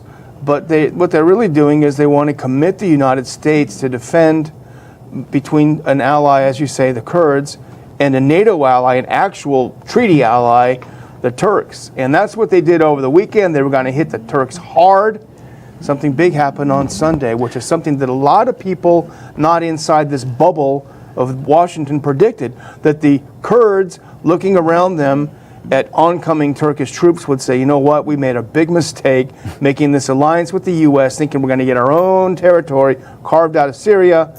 We're going to have to go talk to Assad and figure this out. Now, this bipartisan agreement, interestingly enough, bipartisan, it was condemning Trump and Erdogan. Erdogan doesn't have the right to deal with his borders, and of course, Trump isn't doing it the right way. He's just aggravating. So there's an anti-Trump sentiment there, unrelated to the war going on there. Anything they can get Trump on. But what about this morning? Good night. Can you imagine that ABC did something sort of like fake? Yeah. I mean, they took footage out of a shooting range and put it up and said this had to do with somebody slaughtering the Kurds. I mean, I don't know much about those pictures and all, but it seems like somebody along the way, it didn't take long for them to figure it out, but where are their minds? Yeah. They think they can get away with it? Maybe they've gotten away with it for so long, and maybe conditions are changing. Might be a good sign. Nobody trusts anything they say. They don't trust the media, they don't trust the government or anything else, and find it was all fake. Yeah. Actually, if we can skip over those maps and go to that last link, if possible, and just get a look at that headline. I don't know if we can call that up, but it's exactly what you were saying. But it's ABC News. Oh, yeah. This is not some junior high kid's blog or some guy, some crazy. This is ABC News with all of the things at their command. All of these editors. What did they do? They said they showed footage. This is the Kurds getting slaughtered Turns out it was from 2017, a bunch of guys shooting at a shooting range. So fake news, fake news, fake news. So we propaganda. always have to turn it into a positive, and the positive is be questioning. Question everything, especially if it's coming from anybody official in the government, and if it comes from the media. And it's a terrible situation because both sides participate in it. Of course, I'm sympathetic to think that maybe the uglier things are coming from one side, but it is good for people to be questioning. And it might be the reason that our numbers are growing. We're getting tens of thousands of more people signing up to our program. That's true. And, we're going to get hit again for me saying this, but here's the reality. As we've said many times, we're not in favor of a strong executive beyond what the Constitution allows, but the president does have the authority to move troops. President Trump, I'll say it very wisely, a few days ago, decided to get U.S. troops out of the space between Turkey and the Kurds. Pull out, pull back, get them out of the way. The smart thing to do, and they got out quick. And it turns out they were shot at. And this was a big deal. They say because the whole point is to demonize the Turks. And we're not defending the Turks, but to demonize them and say they were shot at by the Turks. They're actually shot at by the Free Syrian Army, our former allies. Right. That's who hit them, who are now allied with the Turks.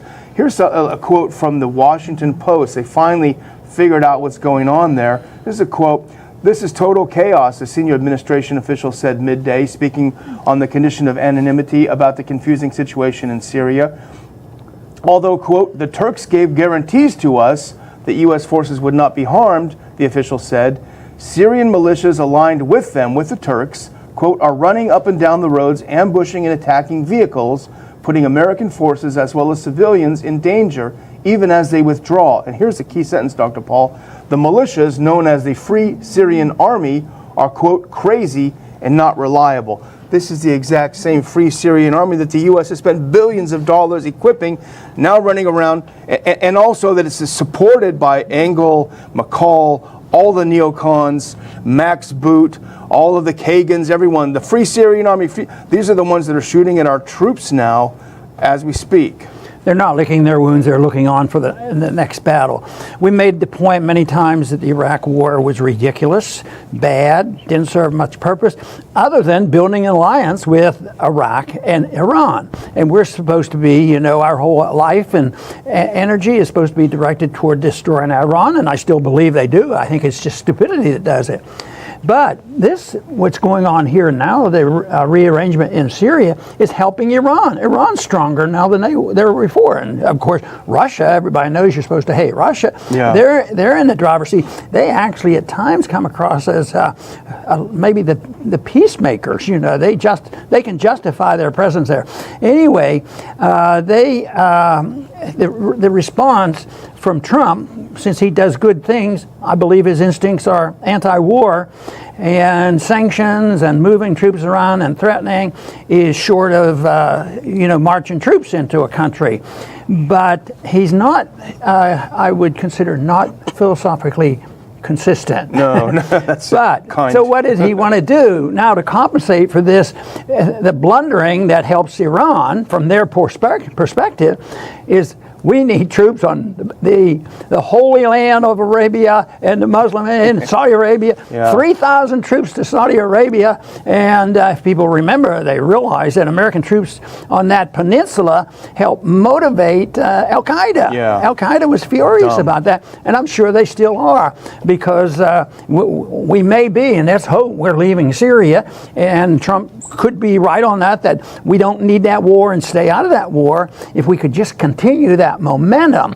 But Al-Qaeda is still going to be around, and that's what these people, the people who are pushing that resolution in Congress, say we have to stop it. The same old thing. ISIS will be back.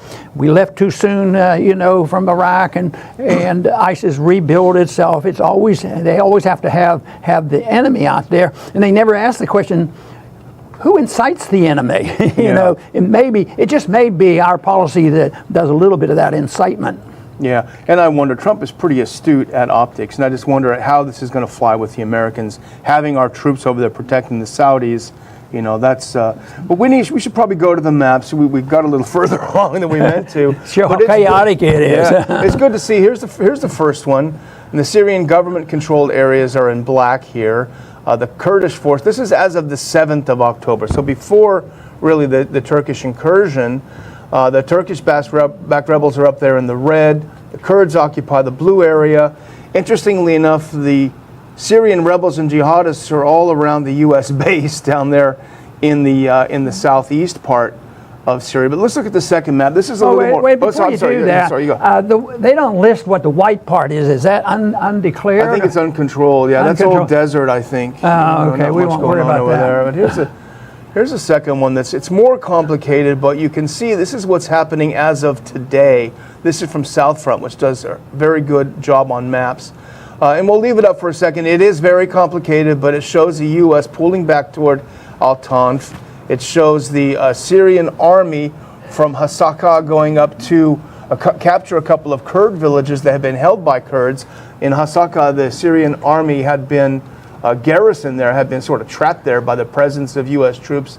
They're now gone. A lot is happening very quickly up there, Dr. Paul, and it is all because of the deal that the Kurds made with the Syrian army, and the Kurds had to give up on their dream of carving out this land.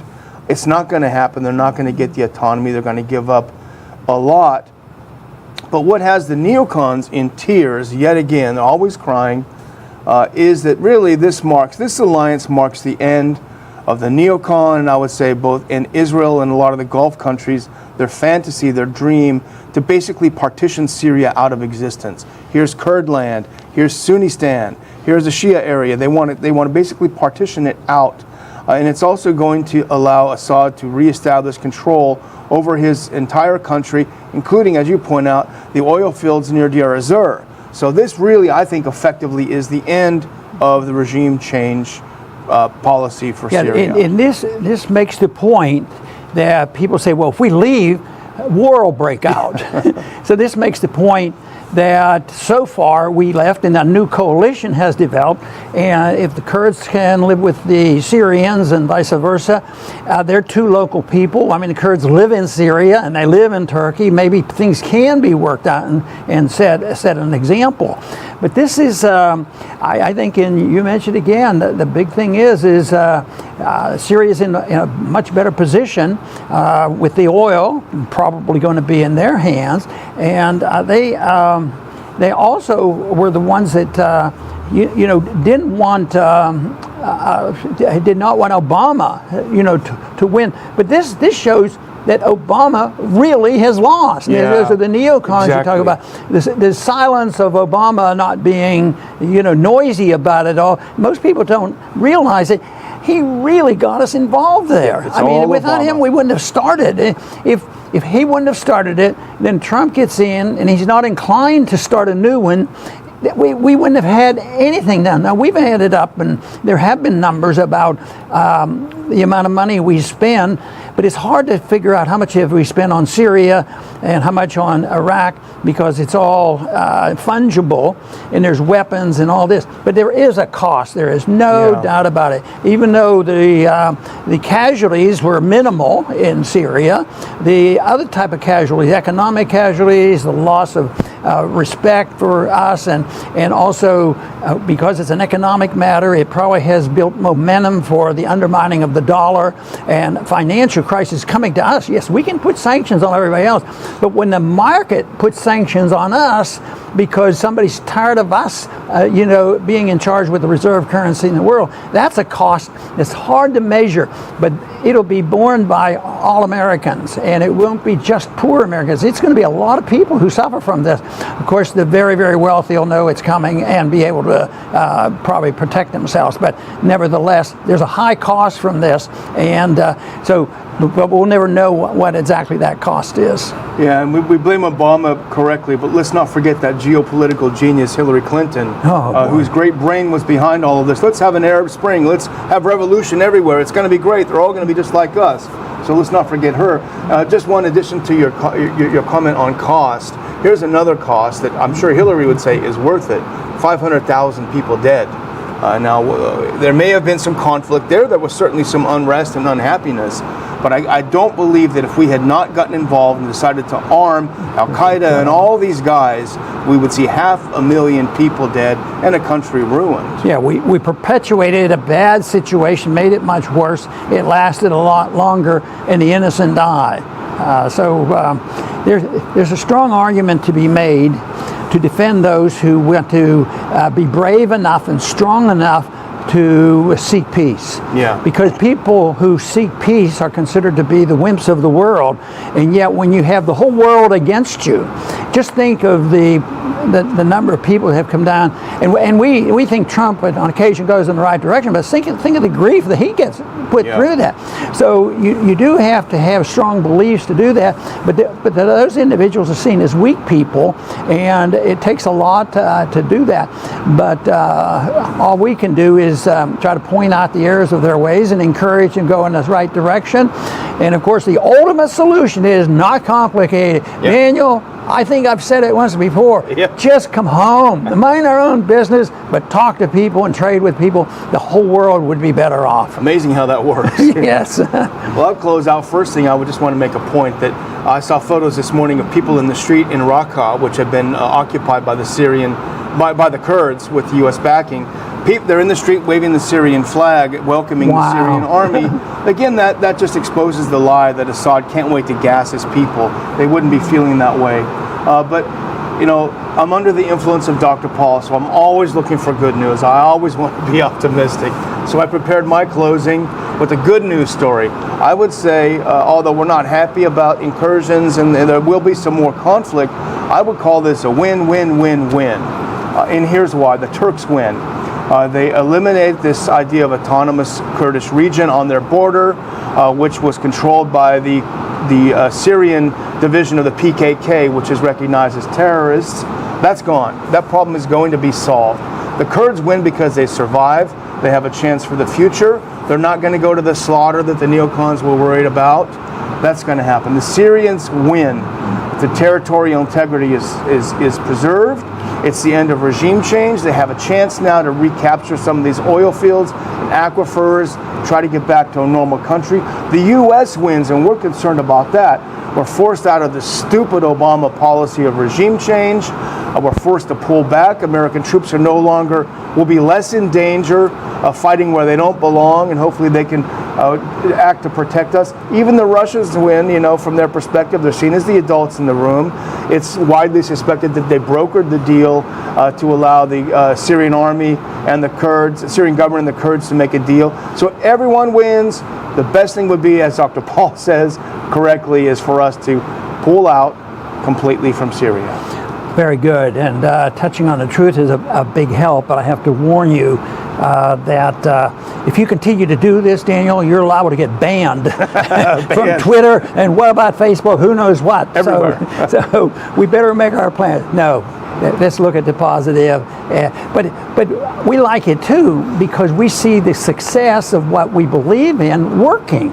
And we can find so many examples that in pre-intervention days for the United States and different times throughout history, believe it or not, there were times within one country that Christians and Jews and Muslims got along together, and then they didn't fight and kill each other. Matter of fact, one country that had a pretty good reputation for this was Iran. So it's a sad story that we have to turn that around, but all we can do is point out the good side of local control and limited control of government, and also believing that non-aggression is right. And this is big aggression because it's government, and then it gets the special interest behind the government, that is the military-industrial complex, and the media and all these groups gets behind these acts of aggression. So yes, then they induce people and make people commit personal acts of aggression, build up hatred, then take 18-year-old kids to go out there and say, well, start shooting them, you know, because they're our enemy now. And it's just atrocious. It's so unnecessary. And there has been times of more peaceful conditions, and there probably will be fights for a long time to come, but there has to be less and less. So I think the more that we can get this information out, and that people shouldn't be frightened about peace, that is the way, if you truly believe in peace and prosperity, to go with non-interventionism. I want to thank everybody for tuning in today to the Liberty Report. Please come back soon.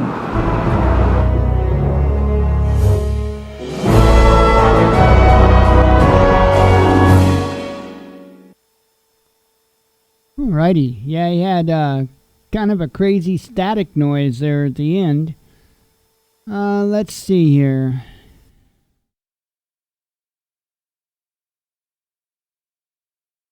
Okay, got one from High Impact Vlogs here titled Something Huge About the Fort Worth Murder by Cop They're Hiding in Plain Sight. The murder of Tatiana Jefferson has nothing to do with racism and everything to do with something far more insidious.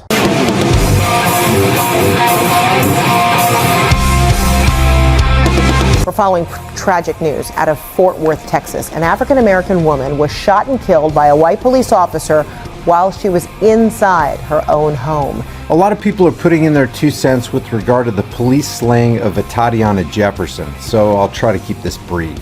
And you gotta understand, this was a slaying. This is no different from any other gang-style murder. It just so happens that, in this case, it wasn't the Crips, the Bloods, or MS-13. It was the badged Thin Blue Line gang. But this gang is far more dangerous than any other gang on Earth. Why? Because they're the only gang on the planet with court-recognized qualified immunity. Qualified immunity is a doctrine that was created by the United States Supreme Court in 1967.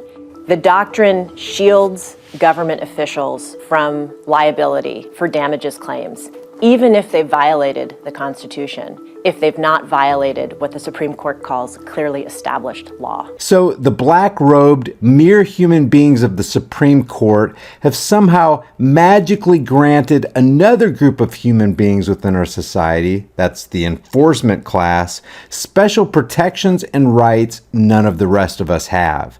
That alone should jar everybody awake from their slumber and realize the utter BS that is government.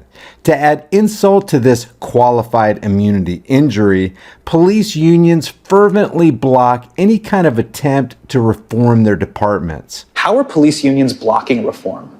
Oh my God.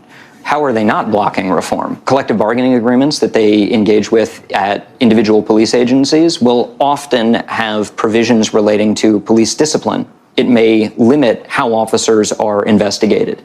It may limit how officers are disciplined. It may require that an officer's disciplinary records be cleared every 60 days. That means there's no history even when an officer is engaged in misconduct repeatedly. If you haven't seen the body cam footage from this Fort Worth murder, here's what they released.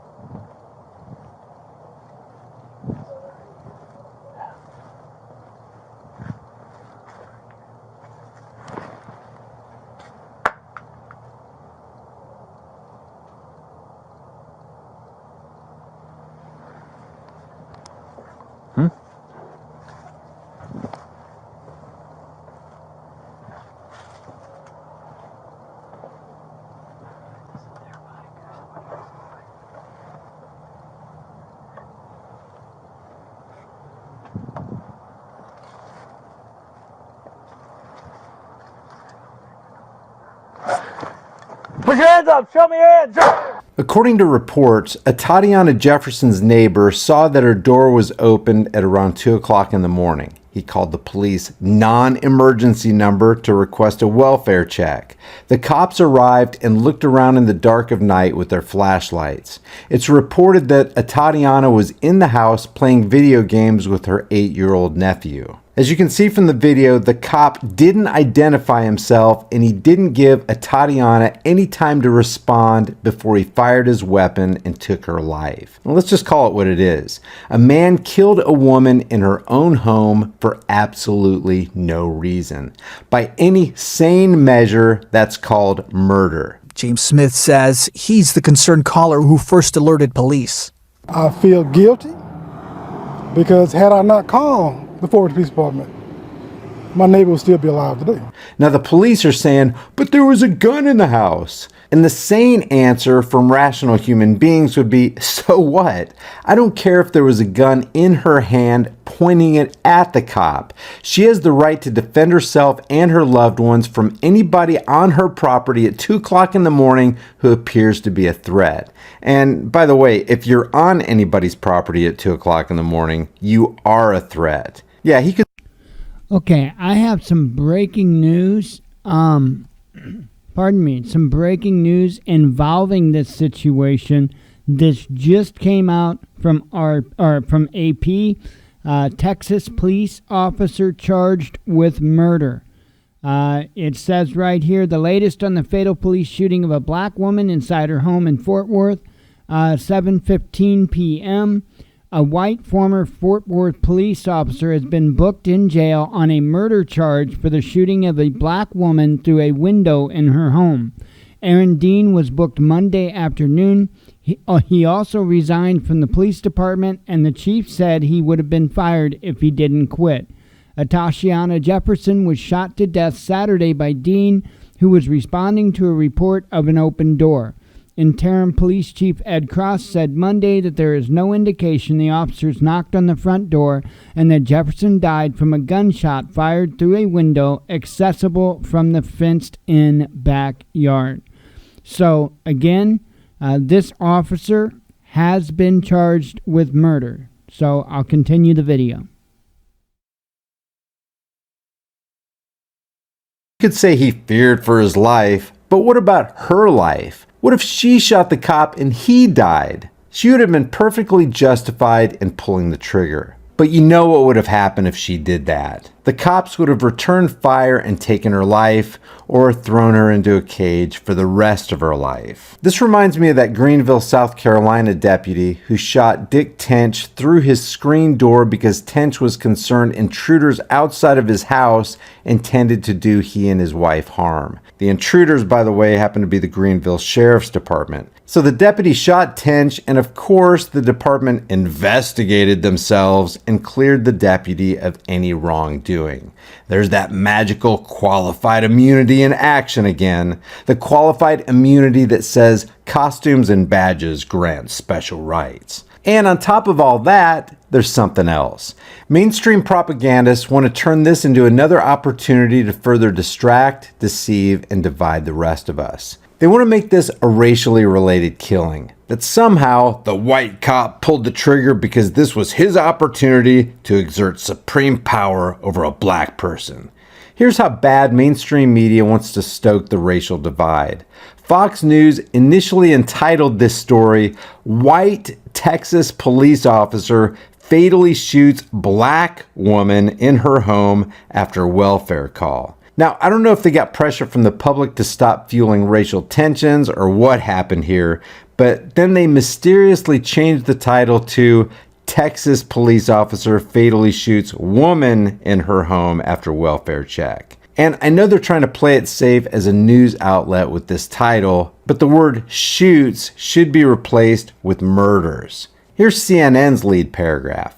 A lawyer for the family of a black woman who was fatally shot inside her Fort Worth, Texas home by a white police officer says an outside agency should be brought in to investigate the killing. Now, while it's true that there are brain-dead, unprincipled morons running around thinking they're superior because of the color of their skin or because of where they were born, neither of which they had anything to do with, there's no such thing as racism. Racism is a fictitious, propagandized mental construct widely exploited and popularized by governments to keep the slave class busy fighting among themselves, while the ruling class continues to use them as tax cattle, which funds their long-term agenda of global domination. There is one race, the human race, and keeping the serfs distracted, deceived, and divided is the key to the success of any tyrant. You're a human, I'm a human. It doesn't matter why people steal from or harm other humans. The fact is that when you initiate force and violence on another human being, you are the one who's accountable for your own actions, and you are the one who should be justly punished. It doesn't matter about the color of your skin, your nationality, your religion, or whatever. Period. Leave your thoughts about this for the world and the Google Thought Police in the comments section below, and I'll see you guys in the next heavily censored shadow ban video. Before you go, check out our new shirt designs in the shirt store. Here's the Beta Hates America design. Hell no, you're not taking my AR-15. And nobody needs an AR-15. Well, nobody needs a whiny little bitch either. And yet, here you are. And against all enemies, Democrat and Republican. There are over 90 other kick-ass designs in the store, and the link's in the description. Your purchase supports the message of freedom on this channel. If you get something out of this content, help me beat YouTube's censorship algorithms by liking and sharing this video. And while you're here, why not watch a couple more of my videos? Until next time, stand firm, stay vigilant, and for the sake of all that is right and good, stop giving your rights away to tyrannical psychopaths who want to destroy this country.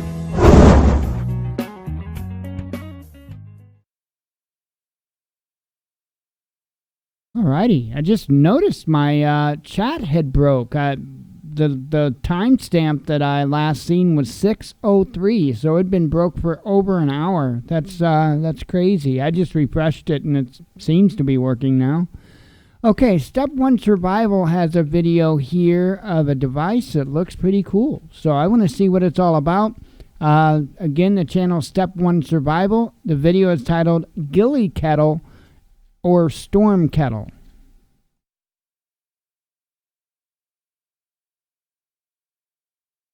SOS, I'm BA. Today I've got something different for show and tell. It's called the Ghillie Kettle. Alright folks, the Ghillie Kettle.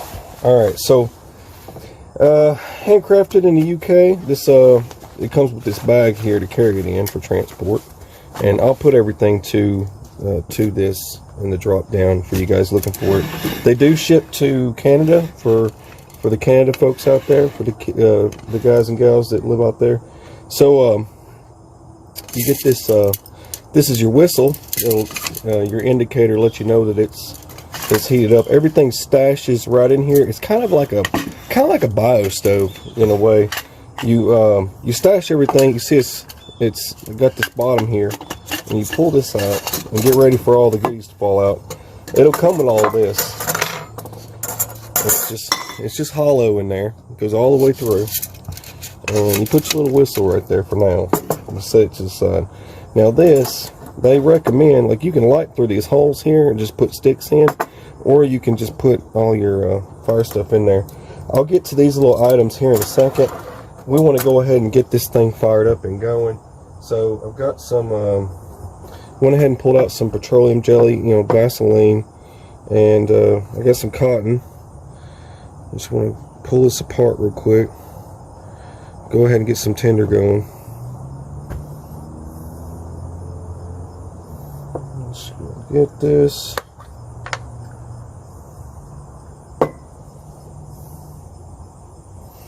Just want to get it lit up first. We'll go into details about it. I like doing stuff like this. It's just a little bit different. It's kind of like a tip too for some folks out there that need to know. A need-to-know basis, right? It'd be amazing how many people don't know these tiny little details of stuff. You can get a striker if you like, or you can use something like this if you want. If you don't want to use a more primitive way of doing things. There we go. Get that going, and then you're going to break your sticks up. Go ahead and get some sticks broke up here. Start dumping those in there.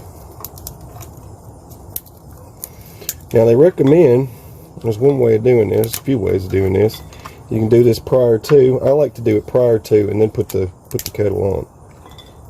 There's a couple of different ways you can do this. You can just you can drop your light in there and light it from the bottom here, and then drop your sticks in. I'll show you that in a minute. Just want to get this fire going first. I'm gonna probably fast forward through some of this so it's not some time consuming thing. This is your air vent. You want your air to pass through. I'm gonna break it up a little more. So you want your air to pass through here and out the top. Move this out of the way. I obviously don't need this. Get some more stuff here. That looks like that's going pretty good. So let's go ahead and set this so we can probably go ahead and put some water in it first. Let's do that. Then we'll kind of figure out how much water it actually holds. You put water in here so you can boil some water. Let's just see about how much. This is 32 ounces of water, so let's just see how much that 32 ounces it actually holds.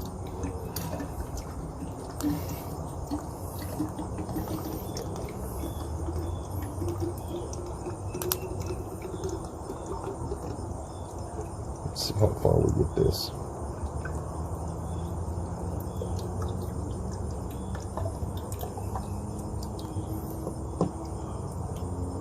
It holds almost. Let me dump a little bit of that out. There we go. Yeah, it looks like it almost holds about 30 ounces, something like that. Now you just set this up here like this. Now, what we'll do, since you've done that, we can go ahead and start putting them in through the top. So like I said, it's kind of like a bio stove. You just start putting them in. Let me pull this up a little bit so you can see what I'm doing. Start putting your sticks in right here. Just like that. Pretty neat, huh? It's cool, the stuff that people come up with. I don't want anything too... There's some pretty thick sticks. I don't think I need those for this little project. Not yet, anyway. That's nice. I channel my air through here, and it goes all the way out the top. You see some flames coming out the top there. There it goes. Starting to go up pretty good. Let's see if I can. A couple more good sticks in there. Now it'll bring that water to a boil pretty quick. Yeah, that should do. I think that is enough. Woo! There we go. That should do it. That's enough for now. And that whistle will go off when it's ready to go.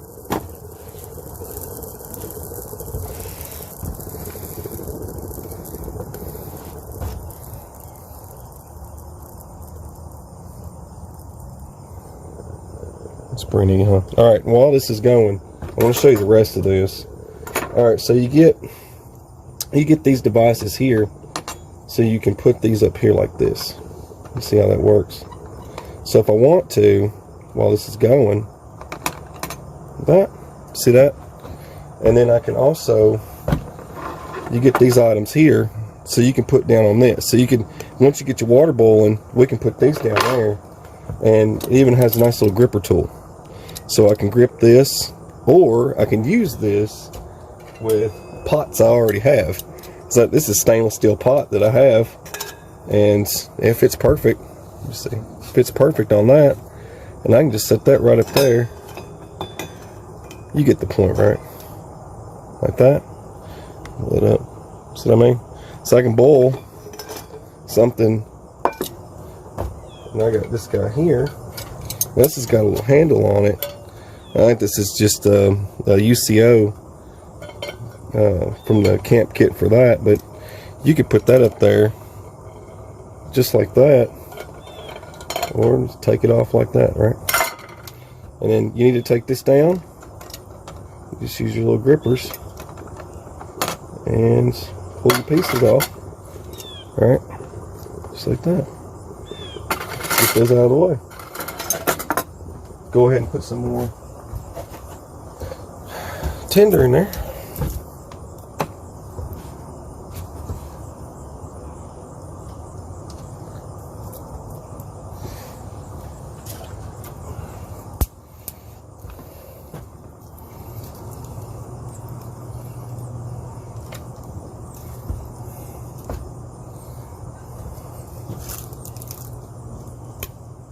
Woo.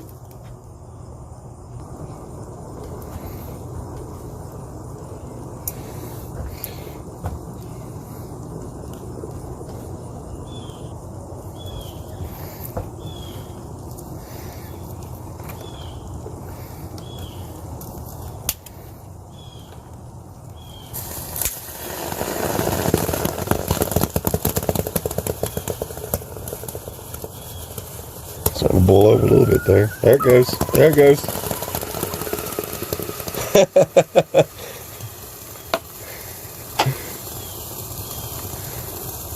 Think it got hot. What do you think?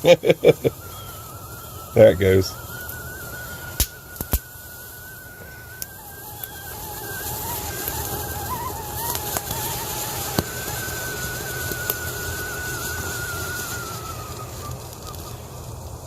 That's letting me know she's ready to go, right?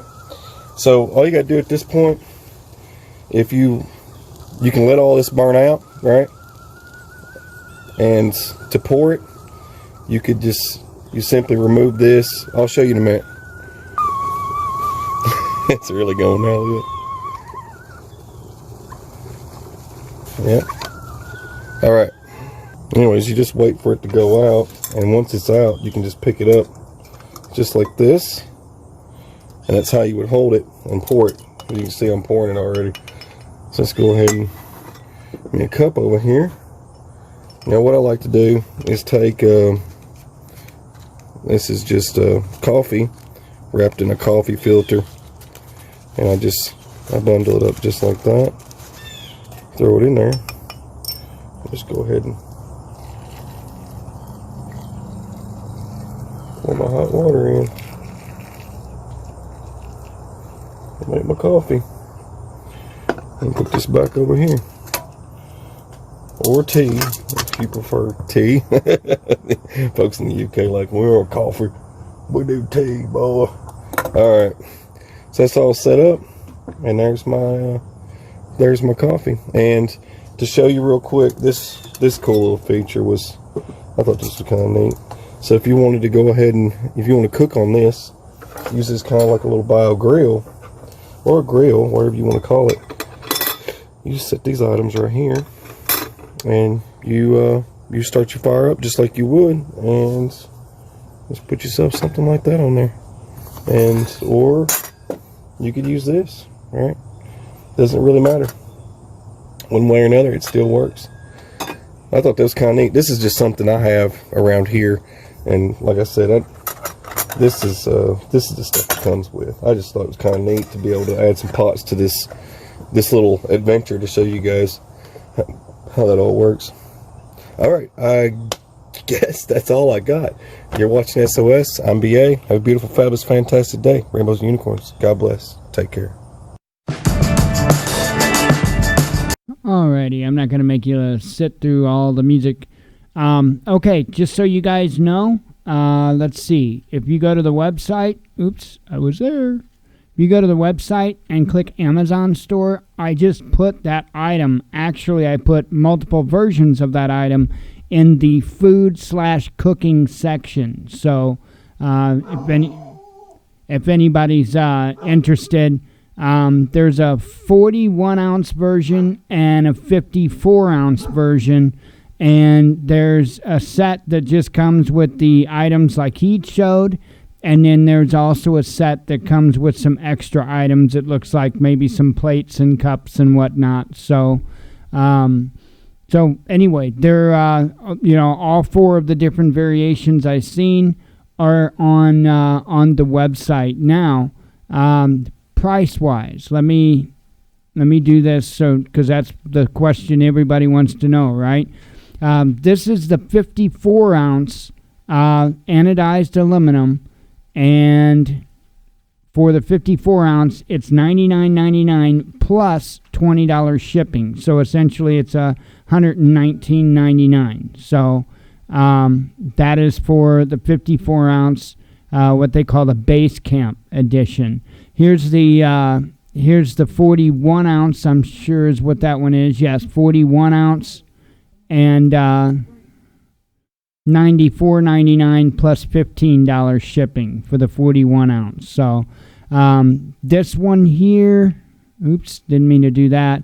The 54 ounce, the bigger kit here is $156.99. So to give you an idea, and the last one here, just so you know, which is the 41 ounce, the big set is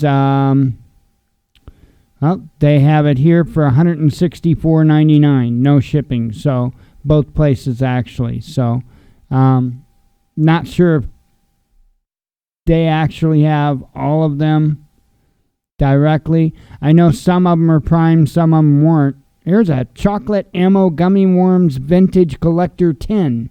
Wow, that is kind of cool though. What? So it looks like they actually sell quite a few different items on their product page on Amazon. So anyway, kind of cool. I thought it was kind of cool, so that's why I added it to the Amazon store for anybody that's interested in that. So, okay, got another one from Bo of the Fifth Column here, and it's titled, Let's Talk About Kennedy's Unrealized Legacy and Dreams. Well, howdy there, Internet people. It's Bo again. You know, President Kennedy is easily the most mythologized president in American history. Camelot. The Golden Age. And his quotes, man, they're great. Ask not what your country can do for you. Ask what you can do for your country. It's good. Sounds good. Problem is that dream got corrupted. You know, country became synonymous with government. Doing something for your country became synonymous with doing something for your betters. And it's messed up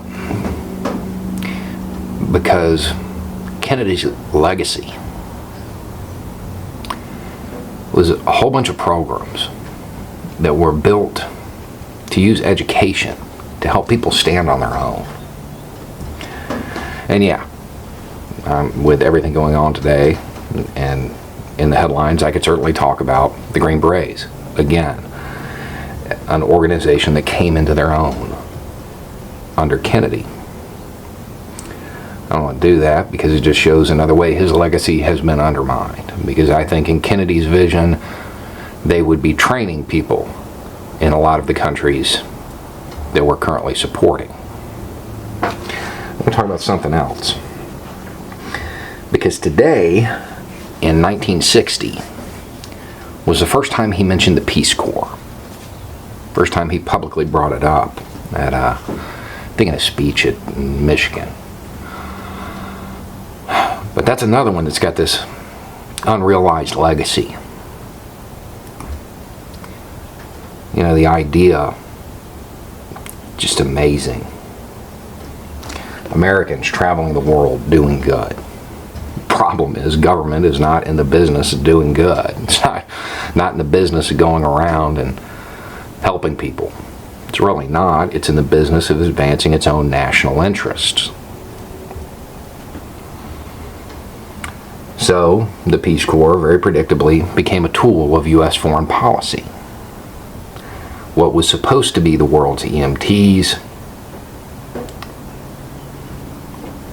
became another way to open the door for the world's policemen. And it's messed up because, you know, the common argument against this is that war is big business. Infrastructure is big business too. It really is. We don't have to hurt people to make money. Infrastructure is huge. Would make just as much money as war. Just have to retool society to do it.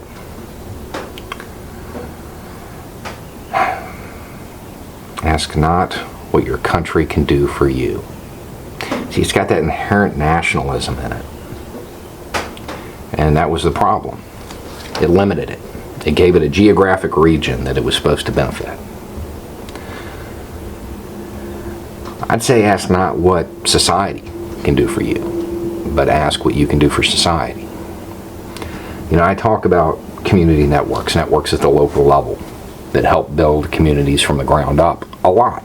And yeah, we're going to go around next summer and help people build these. That's definitely on the agenda. And once it's done, I would love to see a community network in Atlanta send somebody to Chicago to help them build community gardens or whatever. See one in Colorado send somebody to a village in Mexico to help them get clean water. And all of it done without government and without borders. Just people helping people. Can you imagine that? I know. People often say, you know, you got this audience now, what are you going to do? You need call to action, right? That's it. That's it. And I know it's a dream. It's definitely not easy. But I think we should choose to do it not because it's easy, but because it's hard. Anyway, it's just a thought. Y'all have a good day. Alrighty, and I've got yet another power bank video to show you. Man, I really like this young man. He is really, really on the ball. It's the channel I just subbed to recently, DIY Solar Power with Will Prowse. And I have to say, I'm impressed again. The video is titled Blue Eddy Max Oak 500 Watt Hour, Why You Should Not Buy It, Even Though I Am Sponsored by Them. That goes a long way with me. That goes a really long way with me. In today's video, we're going to be testing out the new Max Oak Blue Eddy 500 watt hour unit, and I'm not going to bore you guys to death. I made a 20-minute long video of me testing every aspect of this thing, and it will put you to sleep. So I'm just going to run over the reasons why you shouldn't buy it, and my reasons why this one and the Jackery you can buy. So I think you guys will find this interesting. So the first biggest downside that just makes me cringe is that the output at the 12-volt cigarette lighter receptacle is not regulated at all, and the nominal battery pack voltage is low. And so right now we are at 80% state of charge, and let's check the voltage at the 12-volt receptacle. It is 11.6 volts. You cannot run 12-volt appliances with 11.6 volts. That is horrible. And it's the same case with the output plugs, 11.6 volts. Now let's compare it to their other model. We have 12.2 volts.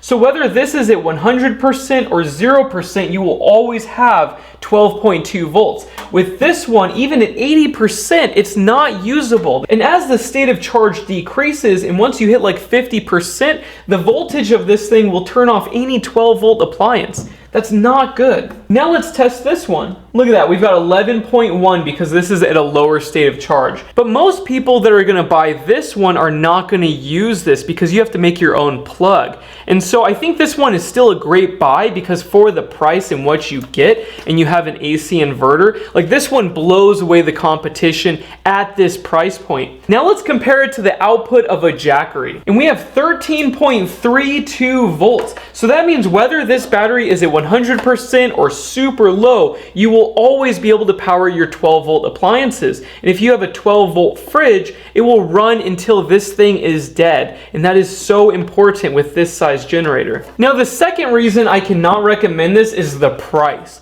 For the price, you get a 300 watt inverter. The Jackery 500 watt hour gives you a 500 watt inverter, and it's cheaper. And that's crazy because this one is really cheap, and this one is really cheap for how much battery you get. But this one is just a ripoff. I do not like that. But one problem I see across the board for all of the small generators, including the Jackery, is that it doesn't have an MPPT. So there are other generators on the market that I've tested previously, like the Rockpals, that do have an MPPT, and it can charge pretty quickly. And the Jackery has downsides. Like, even if I connect 200 watts of solar panel power to this, the most I'll get is like 45 to 70 watts. With this one, I probably get like 60 watts, 70 max. They're pretty much the same in that regard. And with something like this, I'll actually pull the full wattage from the panel. So this one's great as a standalone system. The only downside that I do not like about this, and after I reviewed it, I actually tested it for weeks on after with 400 watts of solar and a solar water heater in the RV. I converted my propane tank to that, and this thing ran it flawlessly.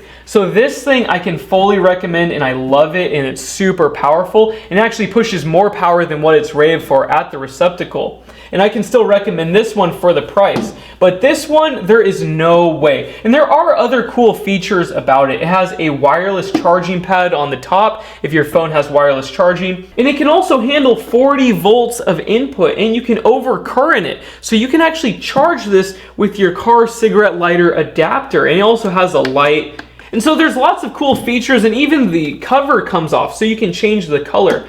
But I don't care about that stuff. I care about the output, and I also care about the price. So those two factors alone just were huge red flags in my testing, and so I cannot recommend this one. And so if you want a 500 watt hour system, what you want to do instead is buy the Jackery 500 watt hour. This is their smaller one, but the larger one has a much larger battery, and it's cheaper for the price. And lots of people have reviewed it, and you can over panel it. So the Jackery is a good choice, but it's so unfortunate that they don't have an MPPT. I wish they had that, and maybe a slightly larger solar array input. If you could charge a 500 watt hour Jackery with like a 200 watt array, that would be incredible. That would be so awesome. But you can't, so big bummer, oh well. So technically there is not a single one on the market that fulfills all of our needs, but at the given price points that we have some really good options now. I mean, compared to a year ago, these options are incredible. And I could talk about all the other features of this and what kind of battery,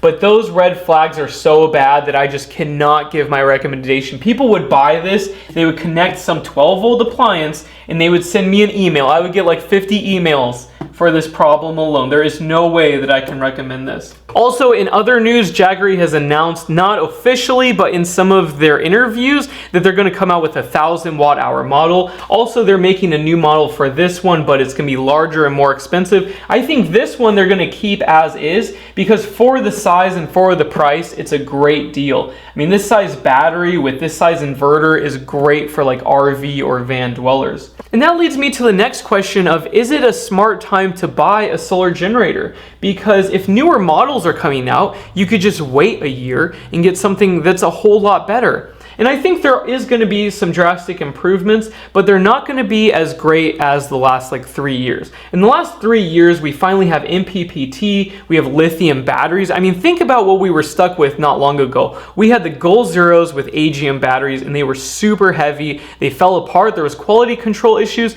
and those things were just a pain in the butt. People are still swapping out the batteries on the older models just so that they work because those batteries fail. So right now, we're at a good point where the price determinant factor is the battery itself. And if it has MPPT and you have a pure sine wave inverter and you have some decent USB output power, there's probably not going to be that big of a difference in the newer models. There are newer models coming, but they're just bigger. That's all. There's nothing that special about it. All of the companies that are currently contacting me and that I'm helping design for the next generation solar generator are pretty boring. They're just bigger. That's it. They have a bigger battery, it's expandable, or you have a larger inverter. But if you don't need a large system, or you're not trying to power your house's backup and you're an RV or a van dweller, something like this would be fine, or a Goal Zero with like a Victron MPPT or their MPPT module, but I never got good results with that thing. And I don't see much changing in the lithium battery sphere. Like right now we're having huge changes in manufacturing, and so the prices have decreased a lot. But because of the raw material scarcity wise, I think it's gonna stay at this price for a while. But if you guys disagree with me, please let me know. There's always the chance that a new battery comes out. There's lots of people saying, oh, this is gonna be the next battery, and it's only giving those results in the laboratory. But when you try to mass manufacture it, it's difficult or costly, or there's always some kind of problem. I'm looking forward to solid state batteries, but we don't really have them. We only have them in the laboratories right now. And yeah, I cannot recommend this. I feel pretty bad because they were really excited about this, and they had this different color scheme, and they were just so happy about getting this to market, and I don't like it. So I hope you guys learned a lot from this video, and let me know what you guys think below. And I hope this was a lot more fun than me showing you the test results with this, because I was just sitting here with my watt meter for a couple hours filming the whole thing, and it would literally put you to sleep. So yeah, I hope this was more fun, and please let me know what you guys think below, and I'll talk to you later. Bye. Alrighty, and again, his honesty is very commendable. Okay, Dabu7 has one here. I'll play to close up the night. It's titled Trade Negotiations. U.S. agrees to a farm package, not a trade deal with China.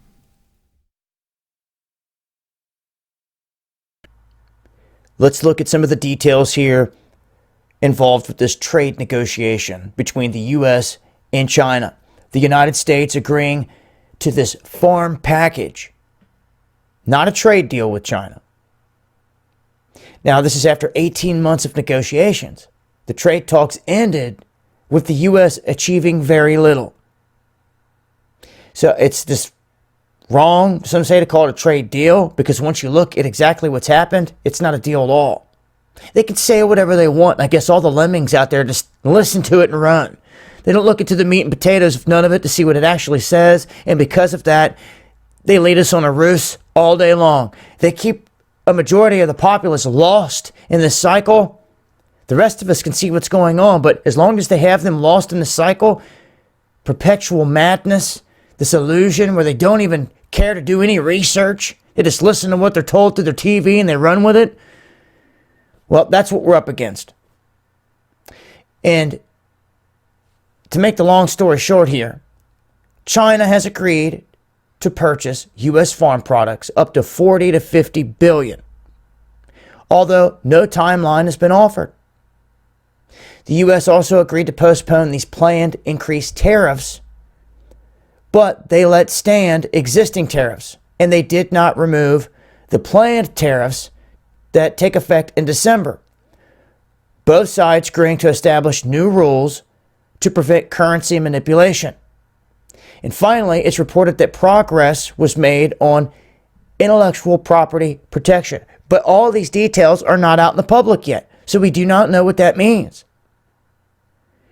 Now, in the end, none of this is meant to downplay the important role of the farming economy, because it's very important. And I think they're trying to package this to make it look real good, to where this whole thing, the trade deal, has been solved because he's put in stone that China's going to buy X amount of goods, and there's like a deal made there, yes. But you have to look at the fine print of that deal. All the other caveats that come along with it, because all too often that's where we find all the red tape and all the stuff that shouldn't belong there. Anyhow, I'm going to leave a link here so you guys can tear into the rest of this. I'll update if we get any other big announcements connected to this. Follow me on Twitter for breaking news, and hit that subscribe button here on YouTube to make sure you're getting notifications for all the videos that I'm kicking out. Links below, y'all, and much love. Alrighty, I'll have to dig into that myself and see what I can come up with. Okay, well, I am going to close it up for a Monday. Wasn't too awful bad, I don't suppose. Although I had like 50 million headlines to read off. But it is what it is. So anyway, I appreciate everybody coming. God willing, we'll do it again tomorrow, and I hope to see you then. As always, God bless you, we love you, and be one with your spirit.